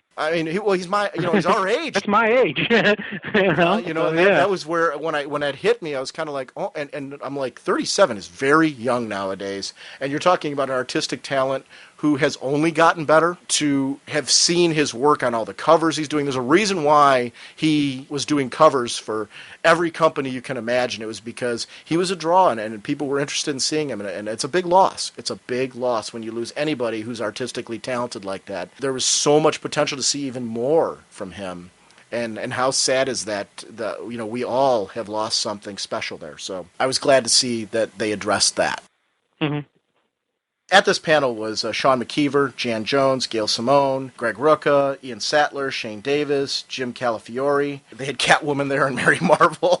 A couple of the people dressed up as that. They talked about Final Crisis, and they said by the end of issue 3, it's going to be clear how evil wins. Carlos Pacheco is going to be on art as well from 4 on, so it's going to be both J.G. Jones and Carlos Pacheco doing the art chores from the rest of the series, and that's to keep it on time. Danger and Turmoil is about to hit big time, so we haven't seen yet how evil wins. We're going to see that. So a lot of people that are still having that big question mark. It was really, somebody in the audience was just a question about why that Final Crisis Requiem wasn't released immediately after issue 2. And it was to respect the fact that Grant had a certain way he wanted that death scene to play out, and to let that tone and mood settle in before they go and explain the connecting threads. So there's that issue, Final Crisis Requiem, for people are saying, where was John at? How does this all fit together? That is going to be the issue that explains that one. But they felt that story needed to be told for fans who wanted to connect why John was where he was and how that all worked out. So those questions are going to be answered. There was a quick talk about Final Crisis Rogue's Revenge, which is going to basically explain how the Rogues fit into this whole story, and are they with Lieber or are they not, and why. Final Crisis Legion of Three Worlds was talked about. Greg Rucka was there. Jeff Johns had left because of his relationship with Michael Turner, but Greg Rucka saw all of issue 1, and he said all 3 Legions are in there, and he said you're going to want to pick this up for George Perez's art, because he just said it's absolutely stunning to see this book. Greg Rucka was there to talk about Final Crisis Revelations. He brought up Philip Tan again, and he said, I've worked with J.G. Jones, and he said, this is the prettiest book I have ever worked on. The Question's going to be in it, the Spear of Destiny, the Spectre. It builds off of 52. With the Religion of Crime. Basically, it sums everything up that's been going on with the Spectre and the Religion of Crime and everything else. It kind of ties everything up for people who are like, geez, this story hasn't been moving forward right now. This is where it moves forward. This is where you're going to see that. It's clear Greg Rucka, from both the Gotham Knight panel and from this panel, is really excited to have an opportunity to work with Crispus Allen, who was somebody obviously in his run on the Batman books, and of course in Gotham Central. This is a character who is very important to Greg Rucka, so it'll be great to see him have an opportunity to really, I think this is going to be the story that people who have been saying, geez, what are they doing with Crispus Allen? What is this Spectre going to do? This is where we're finally going to see some revelations, obviously, on what's going on with that character. Yeah, this is one of the ones I am really looking forward to, because I want to see, every time I read the Spectre stories or I see someone with the Spectre, I'm like, yeah, he's an alright character. Okay, yeah, it's pretty cool. And it's growing and building, and just hearing interviews and reading stuff of Rucka just talking, but just the energy you're talking about, it comes through on like interviews and whatnot. So yeah, I'm looking forward to reading that one. That and Rogue's Revenge, and of course the Legion of Three Worlds, because I'm Legion happy. So I'm looking forward to these extra add-ons. It should be some pretty good reading. I'll talk about it when we get further on into the discussion, because it was brought up. A lot of people were asking questions about all these extra add-ons. Do you have to get them or not? And there was a really good answer about that, but we'll address that in a couple minutes. Final Crisis Superman Beyond is written by Grant Morrison. This is going to be Superman going through the multiverse with art by Doug Mahnke, who's also on record. I like Mahnke's art. Which is funny funny because I remember ages ago you didn't care for his art style, and you've become a Monkey convert. Yeah, I'm starting to, I don't want it on every single thing I read. A lot of times it fits the story and it fits what they're going for. So I'm like, yeah. Well, you've grown since we've been doing the show, a lot more of a varied set of art styles. Because I think it's because of the amount you're reading now. I think you appreciate that's one of the things with me. I tend to appreciate a lot of variation in art because I think because I'm reading so many titles, it's nice to have different atmosphere and mood that's set by that. Yeah. Whereas I think in the beginning when we were first doing the show, you were kind of focused on the initial things that were grabbing you. Am I right? Am I definitely right? When I first started, I had an art style that I liked. And anything that deviated difference from it, I was like, I don't know. Well, now I'm getting exposed to different styles, and I'm more of a consistency style. If art changes, like in a book, the art style changes dramatically from what that will cause me more problems than a different look to it. Because once I get used to this art look for this book, I'm like, okay, I want this flow through and this art to stay consistently like this. Like Simon Dark. Very distinctive looking comic. I love the look for Simon Dark. If they were to change it to like an Alex Ross style, it would throw me off. Even though I love Alex Ross's artwork, it would still throw me off if he were to do his style with the painted or like Freddie Williams. If he were to jump on and start writing, even though I love Freddie's work, I have my Simon Dark images that I want, and that's the way I want it. Which makes perfect sense to me, too.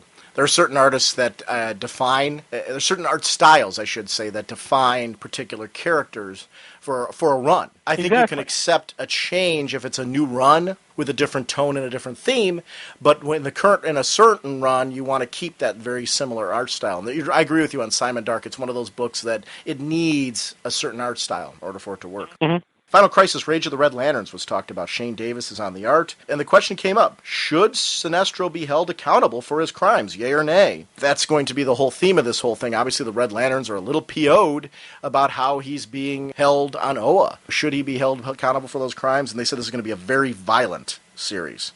So I think we're going to learn quite a bit about the Red Lanterns, their MO, how they operate, and why they are what they are. They are the Lanterns of Rage, so we'll see what that's like. They talked about weekly books such as Trinity. Who likes them? They're doing a weekly book because they feel it's a reason to go to the store every week. It's inside continuity, but not within current continuity, meaning that this is a story that will fit into continuity. It's going to count. It's going to matter. But obviously with everything that's going on with Final Crisis, it's not occurring at the same time as Final Crisis. It's something that took place before Final Crisis.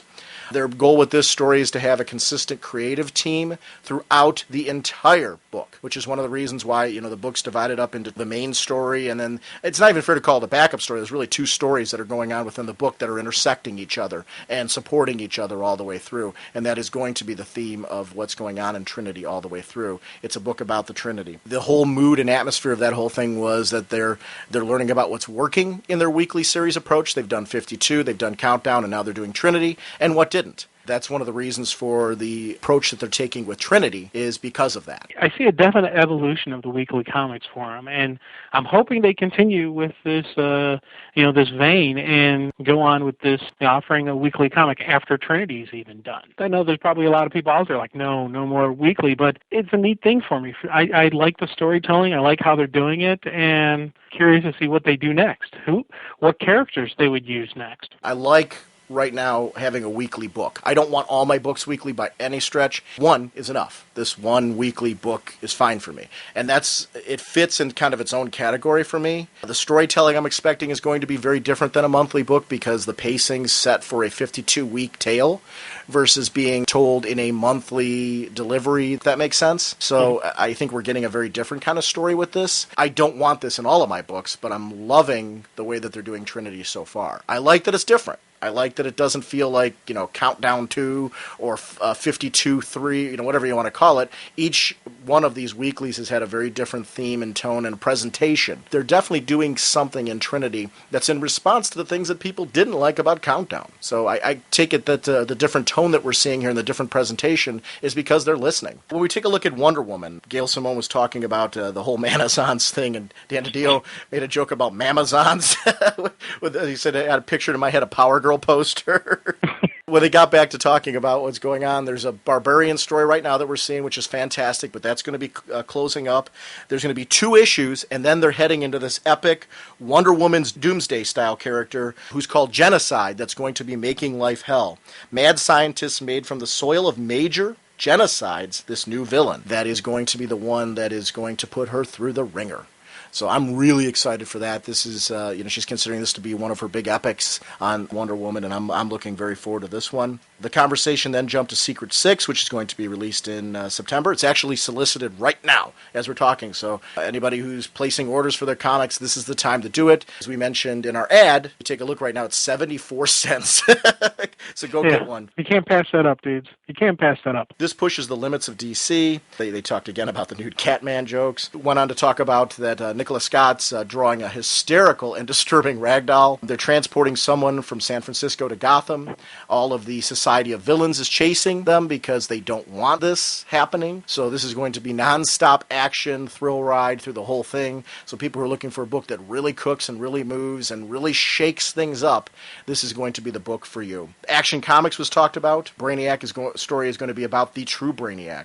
It leads into a much bigger story that's going to be in October. All 3 books are going to be involved, meaning Action Comics, Superman, and Supergirl, which is, as they mentioned with the new creative team, is going to be tied in heavily to all of this. So they're working closely, all 3 creative teams, to be crafting a Superman universe at the moment, which I'm really excited about. The JSA, they announced 3 Kingdom Come specials, written by Peter Tomasi, Alex Ross, and Jeff Johns. And this is coming out of things like Sinestro Corps War, where there's some interesting ways to expand the enjoyment of the Kingdom Come story that's going on right now in the JSA. Very similar to the one-shots that took place and supported Sinestro Corps War. They're going to react in that way. So people who are looking for more Kingdom Come are going to be getting that from these one-shots. You're mentioning like the JSA, the Sinestro Corps and all that. When we had that Sunday discussion in DC, someone brought up, with Sinestro Corps, because we're talking about geeking out and stuff we loved.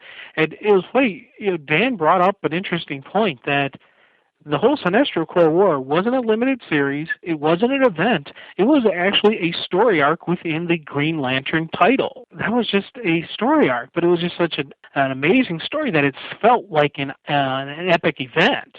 And I think they're probably going to see more stuff like that, because you mentioned with the Kingdom Come, and I think there's going to be some more stuff like that where it's just these epic events, but they're not events; they're just a story arc within the title. So I'm really gung ho on that. Looking forward to some stuff like that. We're already seeing it. Action Comics, the Legion of Superheroes storyline. Yeah. That's a major event. That could have easily been released as a miniseries. R.I.P. Yeah, R.I.P. Exactly. Yeah. And they were making the point, and obviously the genocide arc in Wonder Woman. That's going to be another one. Big event that's occurring in the books. And they have a renewed focus for the people that are picking up these monthly books, they feel like they're getting an event in their monthly title that they don't have to pick up something extra for. They're getting that event in there. A JSA reader right now is going to be able to really kind of delve into this Kingdom Come arc. Action Comics has a big thing going on. Superman's going to be one of those books. Wonder Woman's going to be one of those books. Batman's going to be one of those books. They're tightening up the monthly books and making them something that on their own carry big events within them that make it feel worth picking them up every month. And I like that because I want that. I want this kind of, we both gushed the Legion story that was in Action Comics to the point where, I picked up the hardcover because I loved it so much. It was a great story. And that to me is a worthy investment. But you don't have to pick up hardcovers or anything else. You can pick up the single monthly issues and you're getting that bang in that book on your budget that you're already paying for. And that's the way it should be. So I like that. Speaking of Batman R.I.P., Dan DiDio put out the question, do you think Bruce is going to be okay? And posed the question to the audience, and somebody raised his hand, and DiDio said, why do you think he's going to be okay? Because he's the goddamn Batman. Great reference to All-Star Batman and Robin. I enjoyed that. They talked about Detective Comics. Catwoman is going to be in there from now until the end of the year, and we're going to see where her heart truly lies. So for people who are wondering, her book's coming to an end, what's going to be going on with her, she is going to be in Detective Comics till the end of the year, and we're going to really see a lot from her in that particular title. They talked about the Batgirl miniseries. Jim Calafiore was on there, and he likes her look a great deal. He only got to work with her a little bit in Gotham Underground. He's really excited to do more with her there. This is the Adam Beecham story. She's going to be living at the mansion. It explains her actions from before. The no-killing rule is going to come up again because of the fact that not only things that she's done in the past, but she wants revenge. So this is going to be something where the Bat Family, a lot of people are saying, well, geez, the Bat Family never addressed her actions or her behavior. This is going to be the story that people have been looking for, where we get to see their reactions to her behavior. The things that people were saying we didn't get to see before, we're going to see it now. This is the miniseries that addresses it and clears up where she is now, what is her status quo, and why, what is the reaction to everything that she did before. This is basically in response to all that. The writer of El Diablo has done previously all ages material for DC. There's a cult art team that's going to be on this book. This is going to be one of those books where, for people who are interested in this type of storytelling, I'm excited for this one. El Diablo. Did you read the El Diablo miniseries from, I believe it was Brian Azzarello? The one that's in trade? No. So you're not familiar with El Diablo at all? No, but it was funny. I picked up I did order it because it was in this month ordering with DCBS. Mm-hmm. Just looking at it, I'm like, okay, this is probably going to be pretty cool. I'm going to pick this up. So I'll let you borrow the trade, because I've got the trade of the other El Diablo one, and you can read that and kind of just get yourself into the whole character concept. From the sound of this, it sounds like a mini-series that you're going to be able to pick up, whether you have any familiarity with the character or not. It's going to be a lot of fun. We'll do an ad about it and chat about the book, because obviously the solicitation was enough to get you to pick it up, because we hadn't even talked about this panel at all. Right. Because we hadn't discussed whether or not we were going to do it on the show. So yeah, the solicitation it looked kind of cool, and I'm pretty sure there was a special discount. I'm not sure what the special discount was, but I'm pretty sure those two, the fact that it looked pretty cool and there was a little bit more than normal discount, I'm like, I'm going to go with it. Flash was brought up again, and every time, because Jeff Johns wasn't there, it was all directed towards Ethan Van Sciver. They're doing this blatant teasing that Ethan Van Sciver and Jeff Johns are going to be on a Flash title. No doubt in my mind that this is going to be a project that we're going to probably hear announced in San Diego. Oh, it's got to be. They got to announce it. They got to announce it soon, I'm hoping. So they were talking about who do you want to be Flash and why. Could we have all these characters in the same book? Why or why not? And that type of thing. So it was a lot of joking and teasing. Nothing was firmly announced. There's definitely something going on. There's going to be a Flash book, obviously with Jeff Johns and Ethan Van Sciver. There's no way. They teased it way too many panels for there not to be something like that coming up. So I'm curious to see if it's going to be the same title, or a relaunch title, or what they're doing. We'll see what happens. Who would you, this is a question, Jim. Considering your history with The Flash, who would you like to see, obviously with what's the events of Final Crisis #2, who would you like to see as The Flash? All of the above. I'm serious. I want Bart to come back and be with the Titan. I want Bart to come back and de-age and be with the Teen Titans, even though I hate de-aging storylines. I'll be okay with Bart. I want Wally to hang out with the Titans, Barry to hang out with the Justice League, and Jay with the JSA, and have a title that has all the Flashes. What about the kids? Well, actually, the kids are part of the Wally story, so I don't want to see them go anywhere. I like the fact that actually, heck, put them with the in the Teen Titans if they don't bring back Bart. Put them with the Teen Titans. If they keep Bart in the future with the Legion of Superheroes, fine. That's fine too. Have the kids hang out with the Teen Titans and have the kids become Titans. I have no problem with Bart coming back to current continuity as well and being part of the Titans again either. So who knows what that's going to look like. Now, if I had just in case, if I had to pick one person, I honestly would probably say stick with Wally, because I do like Wally and the kids. But if they plan on getting rid of the kids, I would say go with Barry. I like the Flash family concept. For me, I don't care so much who the main star of the book is, as long as we don't lose. To me, the whole point of the Flash family and that whole concept is that you don't need to lose everybody. You can have them all involved in some capacity. You can have a main player where the focus is, but that was the fun. Part of the fun of Wally's run and why it was so endearing. They brought in all of the Flashes. Johnny Quick, Jesse Quick, they had Jay Garrick, they had Max Mercury, they had Wally, they had Bart. It was just constantly, all of this mythos was brought together. Then they brought in future Flashes, and so that was part of the fun, was that this was a legacy. To me, there's no reason to get rid of anybody. Embrace the tradition, but you've got the team. It looks like, I'm making an assumption, but Jeff Johns pointing to his hat with a Flash on it. Yeah, anytime a Flash question was asked, he'd just point to his hat. Right. Ethan Van Sciver constantly being referenced as well. We've got the team that brought back Hal, and look what they did with that. Potentially doing the same thing with, I'm guessing, Barry. I have a hard time believing the team that with Green Lantern embraced the entire legacy so much would not embrace the entire Flash legacy in the same way and find a way to please everybody. So I think this is going to be the title that everyone has been looking for with the Flash. I'm guessing. I mean, I'm like chomping at the bit to see what happens at San Diego, because obviously they didn't announce it here because San Diego's coming up. Yeah, one of the things I was thinking they could do is because I'm actually thinking they're probably going to do Barry will be the prime character, but I'm betting the initial story arc will give Wally a good place to go. Firm up that Wally is still a Flash, but I keep throwing out Titans, but he would. They did say that Wally is going to be with the Titans for the foreseeable future. So that doesn't imply Wally's going anywhere.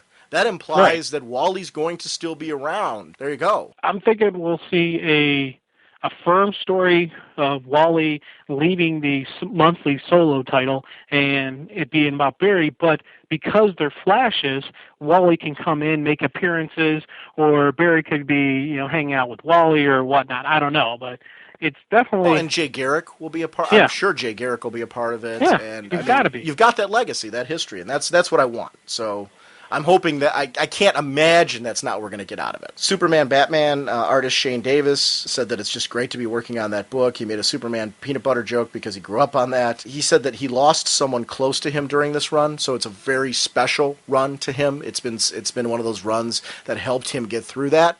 So, and Shane Davis, we raved about when he was on Mystery in Space, and I think he's one of those artists that we're just going to keep seeing on big titles as time goes on, because every time we've seen his art, we've enjoyed it. Yeah, this Superman Batman story arc with the finding all the kryptonite in the world and all that stuff I'm liking it. I'm really I picked up Superman Batman's now a regular on my pull list, and it wasn't before. And I just let me try this, with the story arc, and then it just pulled me in and hooked me in. I'm regularly ordering it now. I'm actually looking at maybe going through, picking up some back issues and whatnot. Well, it's one of those great books too for people that are kind of like, geez, I'm getting bogged down in continuity. I want something that's a little bit of a break from that. Superman Batman is one of those type of stories. It's a lot like what Legends of the Dark Knight was to me now, in the sense that these are stories that can be in continuity. You can easily plug them in your own mind and say, okay, this would fit in here or during this event. So it's not like going out of its way to be out of continuity, but doesn't have to tie into all of the big things that are going on. So, and I like stories like that because it's kind of fun sometimes for Superman Batman for me to stockpile 3, 4, 5 issues of it, the whole arc, read it together and enjoy it, because I know I don't need to know what happens in that story to understand any of the other books. So I can kind of just stockpile and enjoy that. Very similar to what I do with Vertigo titles. There's a lot of Vertigo books that I will read until, like one of 3 or one of 5 or whatever is done. I'll read those together and just enjoy that experience from that particular book, because I know that it's a contained read. Superman Batman's a contained read like that for me, and it works in that type of reading experience for me, and I like that. Palette Cleansers is the one that you throw out all the time. It's one of those books for me where, where I'm kind of like, geez, I don't want to delve into everything that ties into every other book. I just want to just right now read a good Superman and Batman story, and that's what that book is. That's where that fits in my read. As far as Teen Titans, Sean McKeever was talking about the issue with Bombshell on the cover. It was funny when Dan DiDio announced this panel. He said, this is the one, you go to the DC Nation panel, it's a little bit more freeform, it's a little bit more, humor oriented. That's kind of our goal here. These panels, the Saturday panels, are the ones where they get down to business. They're talking about things that are going to be released. They give you information and news and things like that. So it's fun that the one's the kind of the entertainment panel, the other one's the let's get serious and get down to business panel. And I like that kind of variation between the two panels. But Sean McKeever was talking about issue 60 of Teen Titans is Ravager is going to be off the team. We're going to continue seeing her in the Terror Titans story. Issue 61, we're going to see Kid Devil with Blue Beetle, a spotlight issue featuring those two characters. 62 is going to be the first appearance of Wonder Dog. Dun, dun, dun. 63 is going to be Bombshell. DC Nation image from this week. There's 4 other members that aren't in that image. So there's going to be an 11-member team. So there's something that we have not seen yet. There's members that we haven't seen yet. So people that are scratching their head about that team lineup, we're going to see that. Joe Bennett in October is going to be on the Ravager Terror Titans mini. Clock King is now a member of the Dark Side Club. lots of violence and blood in this particular series because it's going to be Ravager looking for revenge. The current book of Legion, Jim Shooter and Francis Manapul, we will see how this leads into the Legion of Three Worlds towards the end of the year. So we're going to see how that particular team winds up a part of that event. Titans 4 and 5 are going to be the Trigon wrap-up. Raven questions her loyalty, which side she should be on. An old member makes contact and brings someone who can take on the entire team. So there's going to be some big things happening in that book coming up. Tiny Titans was mentioned, Jan Jones' Enthusiasm. Trades towards the end of the year for that series, which I was clicking my heels together for because I want trades of Tiny Titans because I want them in my classroom. I'm going to buy a couple trades of that book. I see that as being one that the kids in my room are going to pass around like crazy because it's just a whole lot of fun. And it actually fits a lot of the books that they're currently reading right now that are comic strip oriented. So it's got the tone, the feel, and things like that of the things that, the Diary of a Wimpy Kid and things like that my kids are really enjoying at the moment. So I see this as being one that they're going to do some fun things with. Mike Hunkel, Words, Pictures, and Art on the Shazam book. They have this full commitment to kids right now with Supergirl and Super Friends and things like that. They're trying to drive these original properties to provide great opportunities for kids to start jumping into comics. Some questions were asked about JSA Classified with Wildcat. There are no solo plans for that character right now. They love the character, but Wildcat is featured in the JSA series. I guess there's a lot of speculation that because of the fact that he has been featured so prominently in that series, is this going to lead to a solo title? No, nothing like that. That kind of stinks. I was actually hoping we'd see something like that, even a little limited series or something like that, because he's one of those characters who, when I first started reading JSA, I wasn't that gung-ho excited about, but through the JSA Classifieds, I'm seeing more of this guy, and I'm seeing more of who he's like. I'm like, man, I like this guy. He's cool. Captain Carrot. Somebody was asking questions about, are we going to see more pig iron? From Captain Carrot. And it led to, it was great because it was one of those where, the panel started having fun with it, absolute pig iron and things like that. Are we going to see more of this character? Because we know where Captain Carrot's in the hat, but what are we going to see with that? And they said there's no plans at this time, but it's under consideration just because of how funny it was. This was a question where I was kind of like, what, are you kidding me? They were asking about a Green Arrow solo title because it's great that we have Black Canary in there right now, but I miss Ollie being a solo character. They said, no, they have Black Canary with the family dynamic, and we are showcasing both characters, and that's the whole point of this title. I adamantly agree with that. To me, Green Arrow has only improved since Black Canary. Big time. Yeah, that title has taken a leap in the right direction. So I don't want to see a Green Arrow solo title in place of Green Arrow and Black Canary. Because to me, the strength of the two characters is how well they play off each other. It's having both characters in a starring role. And you think about it, the best solo titles are the ones with a team anyway, where there's a supporting cast that feel like they add something to the main player. So any way you cut it, I think the strength of Green Arrow, Black Canary right now is you've got two main characters who the family of characters they surround themselves with are going to be the strength of those characters. Final Crisis, they were asking about, do you have to read all of the books that are stamped as a part of that series? And they said, Dan DiDio said there's no reason to read all of them, but stamped items support the story, and they're planned to support the story. If you want the whole story, that's how, and Greg Rucka started jumping in, he said, these stamped items, if you want the whole story, you're going to want to pick these up, but you're not going to die if you can't pick up all of them. He said, you're going to get a complete story in the Final Crisis mini. These are meant to be support pieces that support the work that Grant's doing in Final Crisis. Obviously, you have to look at your own budget and decide what you want to pick up. Then they said, pick your favorites. If you want to read about the Legion, read the Legion, Three Worlds. If you want to read about the Rogues, read the Rogues' Revenge. If you want to read about the Spectre, read Final Crisis Revelations. One-shots like by Greg Rucka, Final Crisis Resist, and from Grant Morrison, there's going to be a Final Crisis Submit, help explain the world and how Final Crisis changes it. So Resist and Submit are going to be the ones that explain the world and how Final Crisis changes it, which to me, more and more I'm hearing about how the world's going to change. I keep thinking about that bullet in issue 2, and what happens because of that. They're opening up ideas more and more, and they're trying to do this without oversaturating it. That's why they're trying to spread out how these are being released. It's also going to be, it's officially announced, it is Superboy Prime. in Legion of Three Worlds. The story is worth it, so that's one of those things that... And Jim Calafiore was talking about density, because the criticism was, geez, you have to know so much continuity, and he just says one of the things that he loved when he came over to the DC Universe, not having read DC all those years, he said he was more of a Marvel reader, he said one of the things he likes about the DC Universe is the density and depth of the continuity, but you don't need to know it all. He said, it's nice to know that there's a rich history for the characters, it's there, and he said you can choose to explore as much of it as you want to. He said, through the internet or through picking up trades and things like that. He said, you can get as heavy into it as you want to, or you can just start with the stories that you're reading, enjoy those stories, and you pick up on things along the way. But just knowing that these characters have something more to them, they didn't just start yesterday, is something that he enjoys about working with them. So it was interesting. There was a couple confusing questions where people were confusing Libra as somehow being Barry Allen. They thought Lieber was the narrator of DC Universe number 0, and they clarified, no, the narrator of DC Universe number 0 was, in fact, Barry Allen, and all those references to speed were Barry Allen, not Libra. Libra is not fast in any way, shape, or form, but the person had trouble getting their head around it. So they talked about the spirits of the new gods being reborn again. They said that was something we're going to see. More talk about Blackest Night. They asked when the real Mary Marvel is coming back, and they said Final Crisis issue 3. So I don't know if that meant that we're going to be seeing more Mary Marvel in there, or we're going to be seeing... quote-unquote... The return of Mary Marvel, huh? I don't know. I don't know if that was what they were implying. I think they were just referencing, if you're looking to see more of Mary Marvel, Final Crisis issue 3 is the place. Gail Simone and Ethan Van Sciver have a project, but they can't say anything more about it at the moment. Somebody asked about a Huntress series, and they said that we may eventually... Gail Simone piped in and said we may see some Huntress Catman and Secret Six, but nothing at the moment. The question was directed at Gail if she would do a Huntress solo series. And she said just the Year 1 series right now, which is meant to be a mini-series. There's no further plans. She'll be in Birds of Prey, obviously.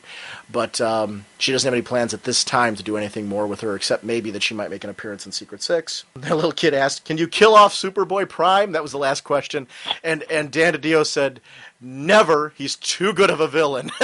Yeah. He's too entirely twisted. And I totally agree with that. He's a villain that I'm enjoying seeing as well. And I'm so glad that he can be called Superboy Prime instead of just Prime or Superman Prime. I like that concept for the character. So to me, it was an interesting panel. I'm glad, because you didn't get to go to the panel, so I wanted to fill you in on it. So I'm glad to hear about this. So yeah. But it's interesting for people going to a comic convention, don't dismiss because there's 2 DC panels that there's a reason to only go to one. There's a difference in tone in the DC Nation panel, which is more fun and easygoing than the Crisis panel or whatever the label is at that point in time for the secondary panel. That's more of the news. That's more of the the slideshow where you see cover art and they talk more in depth about projects that are coming up. Those are the ones to hit. I'm stoked and excited to hear the news coming out of San Diego. I will be following that. We're not going to be able to be at San Diego, but boy, am I going to be interested to hear what's coming out of there, because they were obviously saving some things, obviously including Flash plans for San Diego, but I was excited to be there. This is part of the con experience for me. That's why I wanted to talk about some of the other panels that we went to as well. Part of the con experience is to meet people on the floor, to go down to Artist Alley. Try to do yourself a favor and give yourself time to spread out. Do shopping. Visit Artist Alley. Check out creators. Thank them for their work. Pick up some of their projects in Artist Alley. Don't be afraid to browse around and check things out. Go to the panels. Don't miss that experience of embracing and hearing what creators have to say. It's always so interesting to hear the creative process, for me, as a fan, to kind of hear, and to hear their enthusiasm, because that typically is my experience at comic conventions. This is one of those conventions where I was like, whew, I'm so glad that we went there. I'm so glad that, we did. I want to give a shout out to everyone we ran into there, whether you were a podcaster, whether you were a friend of the show, whether you're someone we just met for the first time at the convention, creators, and it was just, to me, it was a community of comic enjoyment. That's what it was fun. We were all there for the same reason. We were all there because we love this medium in whatever level you love, whether we all like the same things or not, who cares about any of that. It's really, we were all there because we are fans of this. And that was the enjoyment for me. There's something at conventions for everybody, so I encourage you, if you've never gone to one, do yourself a favor and go, and jump on forums and let people know that you're going, because the fun for me was from playing phone tag with Jay Scarzy to running into people in the hotel or on the con floor. It's not an isolated experience anymore. this is what conventions are all about for me, and I was really, really glad that we could be a part of that. Yeah, definitely. This for me was more of a very sociable con for me, and it wasn't solely about buying stuff like Chicago has been in the past. This was, hey, cool, hey, how you doing, man? Just while waiting in line, talking to people about comics, and I was actually doing my notes on Final Crisis #2 that we recorded there, and a couple of people were laughing, saying, "Oh, is that helping you understand it a little better?" And that started just the whole Final Crisis and comic book discussion, and that couple hours I was waiting in line just passed. Yeah, it's cool. It's becoming a really cool event. I'm really enjoying these cons, and looking at the schedule, saying, "Hey, maybe I can go to that one. Hey, maybe I can go to that one now." So. I'm definitely starting to get excited for my summer of cons, my year of cons. Jim, we've got an audio comment here that I've been holding for some time, and we've got an audio comment straight from Chicago too that I want to get in, and we'll have some more audio comments on the end of the episode as we do our kind of closeout. So I want to get those on as well. Let's go ahead and go straight to those. So let me go ahead and put this on for you real quick, and Jim and I will talk a bit afterwards. Hey Sean and Jim, this is Zach, Hardigan Reborn on the forums. I want to shoot you a quick little comment about 2 Vertigo books that I think that more people should be reading. The first, and one of my favorites, is Hellblazer. The Andy Diggle run has been excellent. Just excellent. The last couple issues, 243 and 244, have been a story with Constantine helping the Vatican with a special room where they can hold and keep their sins away from the eyes of God. Something goes terribly wrong. There's a little twist at the very end, but Constantine comes and help. The whole Andy Diggle run has been excellent. I believe Sean has been reading it, and you could talk about it really quick, but I've been enjoying a lot of it. I mean, there hasn't been an issue so far that I've read that I have not dug a lot. And the thing that I hear a lot about Constantine and Hellblazer when I talk about it is, well, where do I start? I mean, you're telling me that it's great and everything, but where do I start? Do I get the first trade? Well, the thing that I really dug about Hellblazer is that I haven't been reading it since the beginning. I've been reading it, just different things. And one of the very first things I picked up was the Andy Diggle run. There's a trade called Joyride, which is an excellent place to start.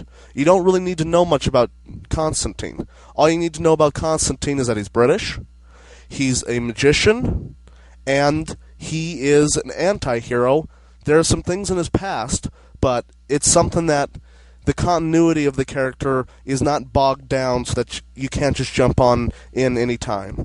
The Andy Diggle run, the first trade of that would be an excellent place to start, or you could go get the Jamie Delano stuff, the very first one, which some people don't like, but I really enjoyed it.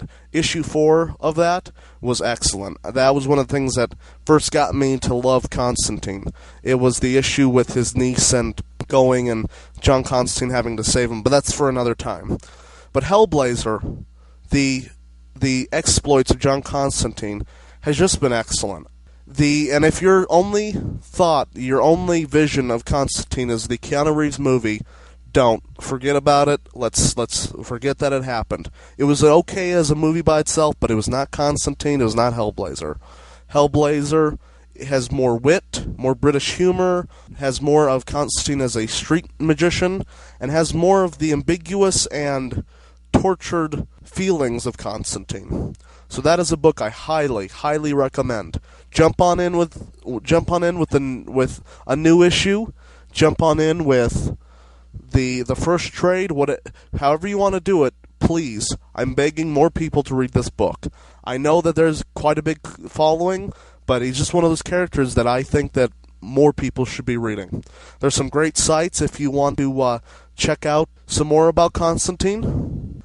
There's Straight to Hell, a Hellblazer website. It's www.insanerantings.com/hell/index1.html. It's a great site that you can learn about all of his appearances, some of his history, and they also have their own forum where they talk about each issues as they're coming out. That's an excellent site. There's also the Ultimate Hellblazer Index. It's another awesome site where you can learn about his cameos and just more of his history. If you're more interested in learning about John Constantine, you can just Google the Ultimate Hellblazer Index, or you can go to www.qussoor.com/hellblazer/introduction.htm. Another great site. And of course, there's Wikipedia site on both Constantine and Hellblazer. That Wikipedia has a great little section about the trades, so that you can see which order they're in, if that's confusing or anything like that. The other book I want to talk about, and it is just out to 2 issues, is House of Mystery. House of Mystery just rocks. If you're a fan of Fables and you're not picking this up, you really should, because it's written and drawn by the same guys who've been doing Fables. Bill Willingham and Mark Buckingham have been doing the writing and the drawing. The first 2 issues have just rocked. I never read any of the House of Mystery, House of Secret stuff before. This is my first excursion into that world, but I just love it. The first issue opens up with a Sandman reference. There's the dream world. There's all the awesome characters. And there's a thing that we all refer to at my LCS now as the infamous Fly story, which is in the first issue, which just, for us at the store and for me, just rocked so much. I love it so much, I'm getting a double run of it. My friends are getting it. It's an excellent, excellent book. If you're into twisted, dark humor kind of stuff, it's for you. If you're into Fables, it's for you. And if that's not your thing, then it may not be your thing, but I would totally give the first issue a try. If you can pick that up in an LCS, online, anywhere, it's an excellent book. And I hope, Sean and Jim, that you guys picked it up, because I think you guys would dig it. It's an excellent book with the story and the mystery behind it. It's a fitting title, House of Mystery. Why is this happening? It's kind of like it's an ongoing story with a little bit of an anthology into it. Both issues have had a little story that have nothing to do with the overall story, or maybe they do, we do not know yet. But the first story has the Fly story, and the other one has the Summons story, and those were highly entertaining. Plus, there's this overall story, which is very intriguing and very interesting. So, House of Mystery, definitely pick that up. I also wanted to talk about really quick. I know I said I was only going to talk about a couple of things, but I just have to. I mean, and I want to thank you guys for putting this on the show, but Dark Knight. Oh my God. I can't, I'm speechless when it comes to that. I mean, just the trailers and the little segments that I've found, and this is one that I want to share to the listeners. Really quick spoiler, there is a clip of Two-Face that you can see. Sean and Jim talked about it when they were at, I believe, Wizard World Chicago, with him going into a bar and talking to a guy. You can find that at www.whysoserious.com/myhero/. You look that up and you can see really quick. You don't see all of Two-Face's face. You only see just a little bit of neck and a little bit of his chin. But for me, it was the voice. You get to hear Aaron Eckhart, talk 2 words in the Two-Face voice, and I'm a total geek, and I just love that. I'm so excited, and I really seriously believe that that's going to be a movie where I'm going to be seeing it probably about 6 times in theaters. My record is 5 for another movie. I think this is going to be 6. Anyway, guys, I just wanted to do a quick shout-out. Thanks for putting me on. Thanks for listening, and I hope you guys, many, many more, love the show. Keep on rocking, guys. Talk to you later. Great example of why I like audio comments, because it's fun to hear listeners geek out about books and things like that. As far as Hellblazer goes, yes, I am still reading Hellblazer. I don't know how you're reading it, Jim. In trades. I'm reading it in trades, and I started from the very beginning, first trade. Okay. Read through it, picked up the second one. I picked up the third one. I haven't had a chance to completely continue on because a bunch of other stuff came up and whatnot. But I am enjoying it. I'm picking up. I'm reading them on a regular basis. It's a cool character, and starting from the very beginning with the trades, I have no problems with it, no issues with it. I'm enjoying it. I have the first trade, the Jamie Delano trade. I haven't read that. I've been reading the Diggle stuff. I got the first Diggle trade, and I read that and enjoyed it. I'm gonna keep following in trade, just because it just seems sometimes you get a series where you start following in trade and you want to keep it that way. I'm enjoying it enough that I'm going back and I'm going to get the other trades because Garth Ennis did some runs on it and things like that. So it's definitely a series that kind of lends itself, because of its longevity, to trade. And picking it up that way. The Diggle stuff, though, is blowing me away. I'm really liking it, so I've got to agree with him. Have you read any of the Diggle stuff, or have you just read? No, the, I haven't read any stuff? of that yet. But So I you'll be get thrilled to it with shortly. you'll be thrilled with the Diggle stuff, because I don't think all of Hellblazer's traded. I think a majority of it is. I think they're starting to go back and fill in, because I keep seeing trades solicited of the older stuff too. So I think they're trying to fill in trades now the stuff that they haven't collected yet. Is my guess on it, because I keep ordering trades periodically for it, and I keep seeing solicitations for new ones of the older material. So I think they're starting to fill in some of the gaps. But it's definitely a series that I never picked up before, which is very strange because I pick up a lot of Vertigo, and it was just one of those books. I think it was because of the fact that it had been around for so long and I'd never read it that I always felt that there was no jump, which is kind of silly because I jump onto so many books in the middle that I don't know why that I would make that rule for Hellblazer. And I'm so glad that because it was Damien, Lord Shaper, that was the one that finally pushed me to start grabbing the book. And I'm so glad that he did, and I've definitely stuck with it for that purpose. But it's one of the few Vertigo series, actually, that I'm getting exclusively for trade, and it's not due to quality. It's due to just the fact that there's so much material that when I want to read something new for Hellblazer, there's always a new trade for me to pick up because I've got so much back catalog to grab as well. He talked about House of Mystery. I am picking that up. I've only read the first issue. I have the second. I haven't gotten to it yet just because of a lot of stuff that I've got to read. But I will definitely be reading it, this week at some point. I was surprised to find out you aren't. It was just one of those things that just kind of slipped through my ordering and all that stuff, and now I'm hearing like, oh man. Well, it's easy. It's only 2 issues though, so it's an easy grab. I mean, that's when you go to the local comic shop, pick it up, and grab it. It's one of those that opens up with Cain and Abel from Sandman. Have you read any of your Absolute Sandman yet? I've started reading some of the first one. Yeah. Okay, Sandman was told in arcs. And there's an overarching theme of the character of Dream and his family and all that, but then there is an inner story within. The House of Mystery is the overarching theme, with there being stories of the characters who appear within the House of Mystery. And the first issue, you can jump right from the beginning, and it tells you everything you need to know. He's right. It's very twisted. It's dark. It's funny. It's got great stories. The artwork's beautiful. It's like one of those, when you said you were reading it, I'm like, oh, dude, you've got to read this because it's so up your alley. It is one of those books, though, that for anybody who's looking for an interesting Vertigo title to try, that's a good one. I also want to shout out, have you read Madame Xanadu yet? No, I haven't yet. It's another one I got to... It's set, and they have Phantom Stranger in it. But it references that it's like a different time, if that makes sense, a different reality, so to speak. The Phantom Stranger even references it at that point in there. How and the way that they kind of recognize each other, they talk about how there's echoes of another reality for the two of them. And I geek out at those type of concepts where they reference that they've known each other from the DC universe. The artwork in it is gorgeous. It's straight fantasy artwork. It takes place during the times of Camelot.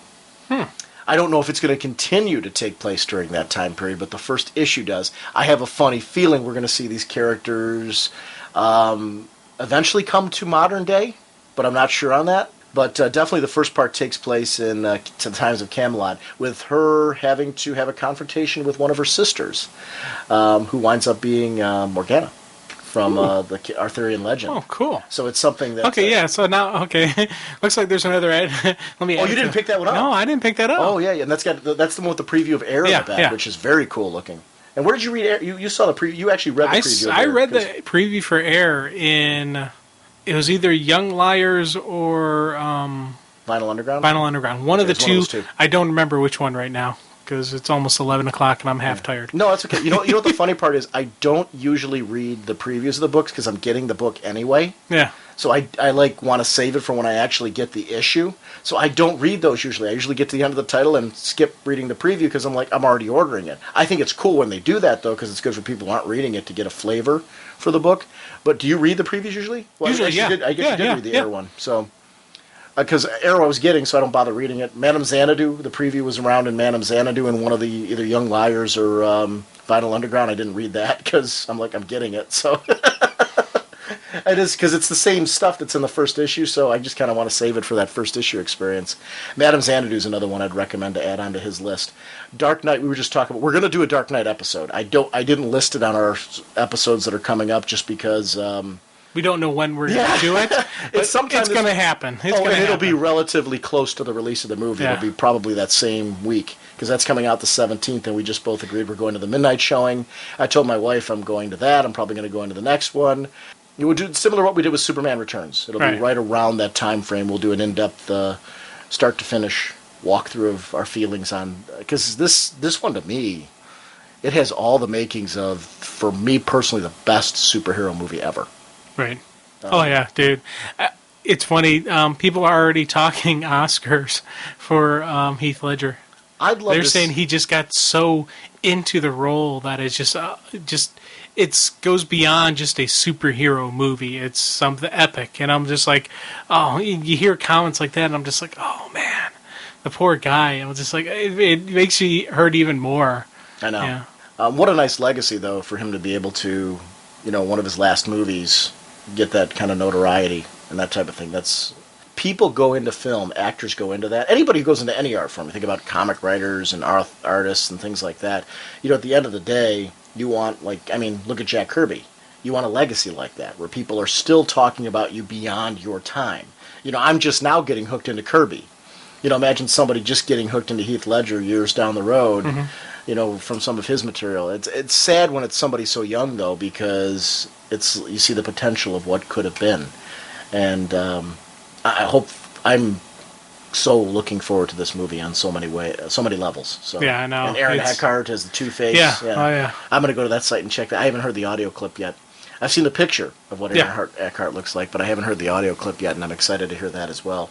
So thank you for that audio comment. Again, I apologize for the delay on getting that one out there. You and I got caught up with so many things that.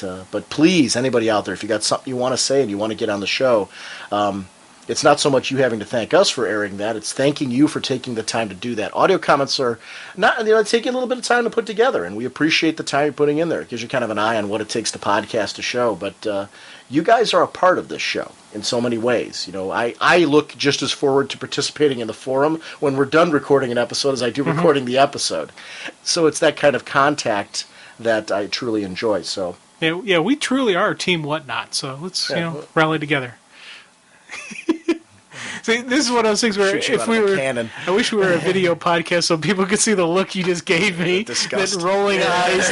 You dummy. You disgust. I want to kick in right now an audio comment from Mike Gordon that we recorded in Chicago. We're here with our friend, Mike Gordon.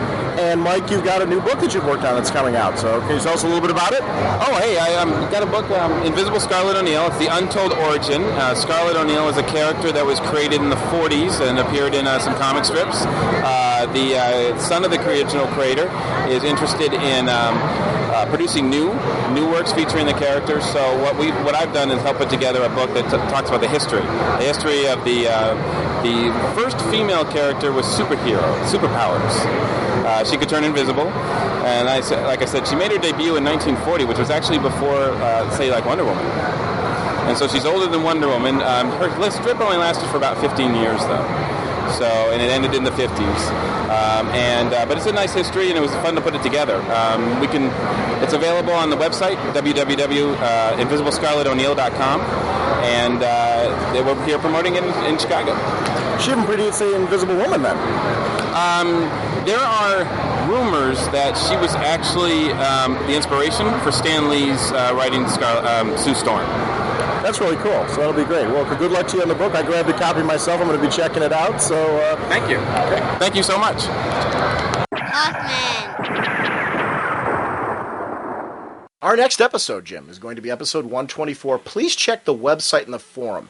It looks like it's going to be the first of our two-part discussion on Starman Wicked Inclination. We're going to have other content as well. Got an upcoming recording we're going to be doing with the guys who are creating the DC fan film that we've been chatting about on the show. So we're gonna talk with them about fan films. I don't know if that's going to be on next week or if it's going to be the week after. We're trying to coordinate. We've got a Trinity segment we're going to be doing quite soon, so I don't know if that's going to be on that episode or the following week. We're kind of putting this together as the week goes on, so I'm not trying to be deliberately vague.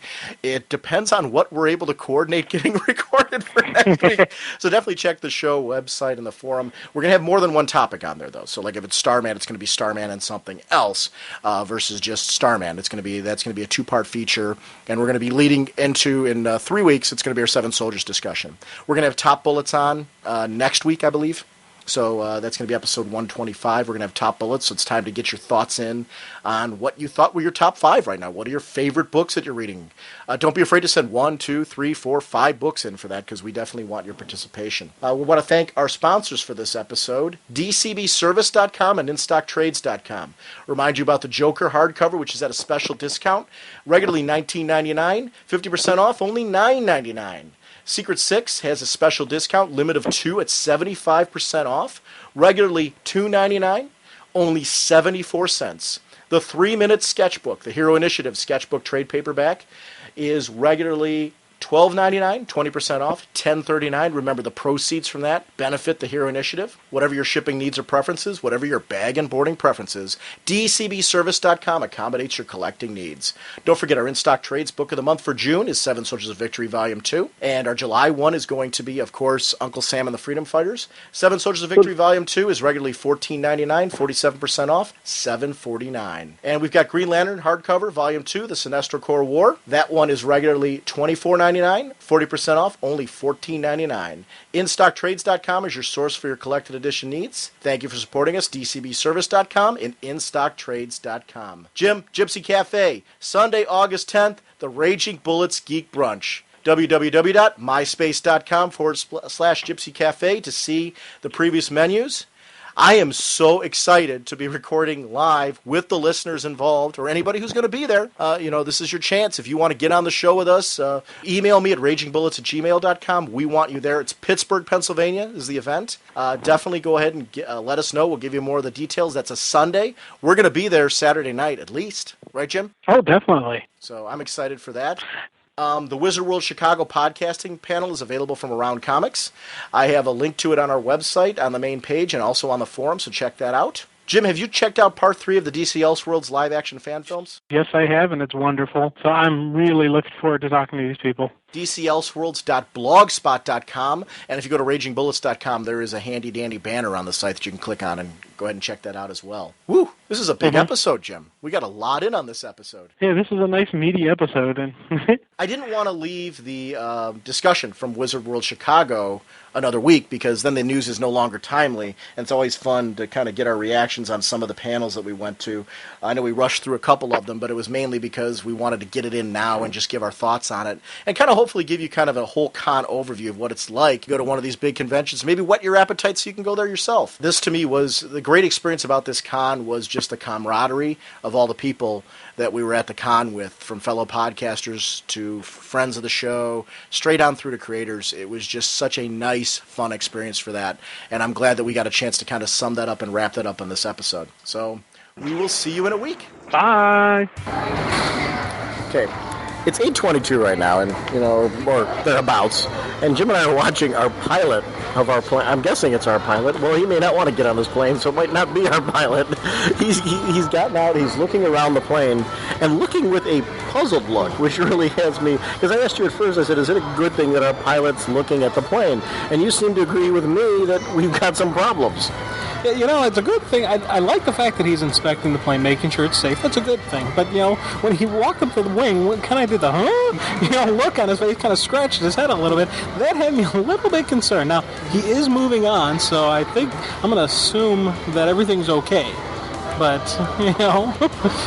I'm a little baffled, though, because my curiosity here is he, surprised that the wing is there? I hope not. Because he does have the pilot cap on, so I'm assuming he's a pilot. Right. Well, no, I'm guessing that, but he seemed genuinely shocked that, like, there were two wings. See, I didn't take it as shock that the two wings. I took it as shock he was looking and he saw something on the wing. Mm-hmm. So that's why I'm like, I just hope he's like, wow, that bolt's kind of loose. Oh, well, it'll probably be okay. That's what I'm hoping we're not getting. Oh, maybe it's like that William Shatner episode of Twilight Zone. He's seeing a monkey and we aren't. Oh, well, now I got another thing to worry about. First it's Bridges. Now I'm going to be sitting around the plane going, there's something on the plane. Well, apparently we're not seeing it, though, and the pilot is. Okay, cool. I can live with that. As long as I don't see it, I'm all right with it. Really? So you're okay if, like, invisible monkeys are tearing apart our plane as long as we don't see it happen? Yeah, ignorance is bliss, man. I'll welcome the crash as long as I don't see it coming. There you go. Well, you won't when we crash. Well, I'll have my eyes closed, so it'll be okay. And at the last minute, I'll try my jumping theory. See if it works for the planes. I don't know if it will because of the amount of force, but I'll try it. I can ask you this. You seem to have gotten a little bit more eager when you had the opportunity to test out your jumping theory. Are you hoping that we crash so you can test this out, or? Not at all. Never hope for that. Yeah, because you don't want bad things to happen. You just prepare for them if they and when they do. I like that. Seeing as we've had just such wonderful discussions about safety first, we had just a great thing happen when we got onto our plane right now. Jim is sitting by the window seat, and my seatbelt, thank goodness, worked just fine right from the get-go, so I'm feeling quite safe right now. But Jim, you had a little bit of an issue with your seatbelt. Do you want to share that? Yeah, it wasn't attached to the seat. It was just sitting here free hanging, and there's this little U metal ring that it's supposed to be clipped to, and it wasn't actually clipped, so I had to re-clip it and lock it in place. Mm-hmm. So I think it's locked down. I like the fact that you have to qualify that with "I think." We'll test it. Hopefully we won't have to test the theory. So, but I give it a tug and it's not moving. So we'll see what happens. I'm already planning, like, if we start crashing and you start free-floating, where to push you. See, I was going to grab onto you and, I figured you being the friend would hold, do the, the lock hands and hold on so I wouldn't fly out the window. Obviously, I was wrong. Well, I'm going to be locking my hands, but on, like, one of the seats or something. Oh, thanks, Paul. Appreciate it. But see, I need to live to tell other people about your bravery. Or you can help me. You can put down the Eye River and help me. But again, I have to live to be able to tell, wait, if I put down the Eye River, we're not going to have a show for Sunday night. That's not a good thing. People are expecting this. Well, yeah, this is a podcast gold. Hey, there goes Jim. Bye. So, see, personally, I never thought I'd say this. I'm hoping for Oh, what a hell, thanks. There goes Whatnot. That'll really be a where's Whatnot? Well, he's in Ohio, Indiana, parts of them are. In the front of a plane. Yeah. Well, you know what the great thing is? You'll be the first one to be able to comment on the service.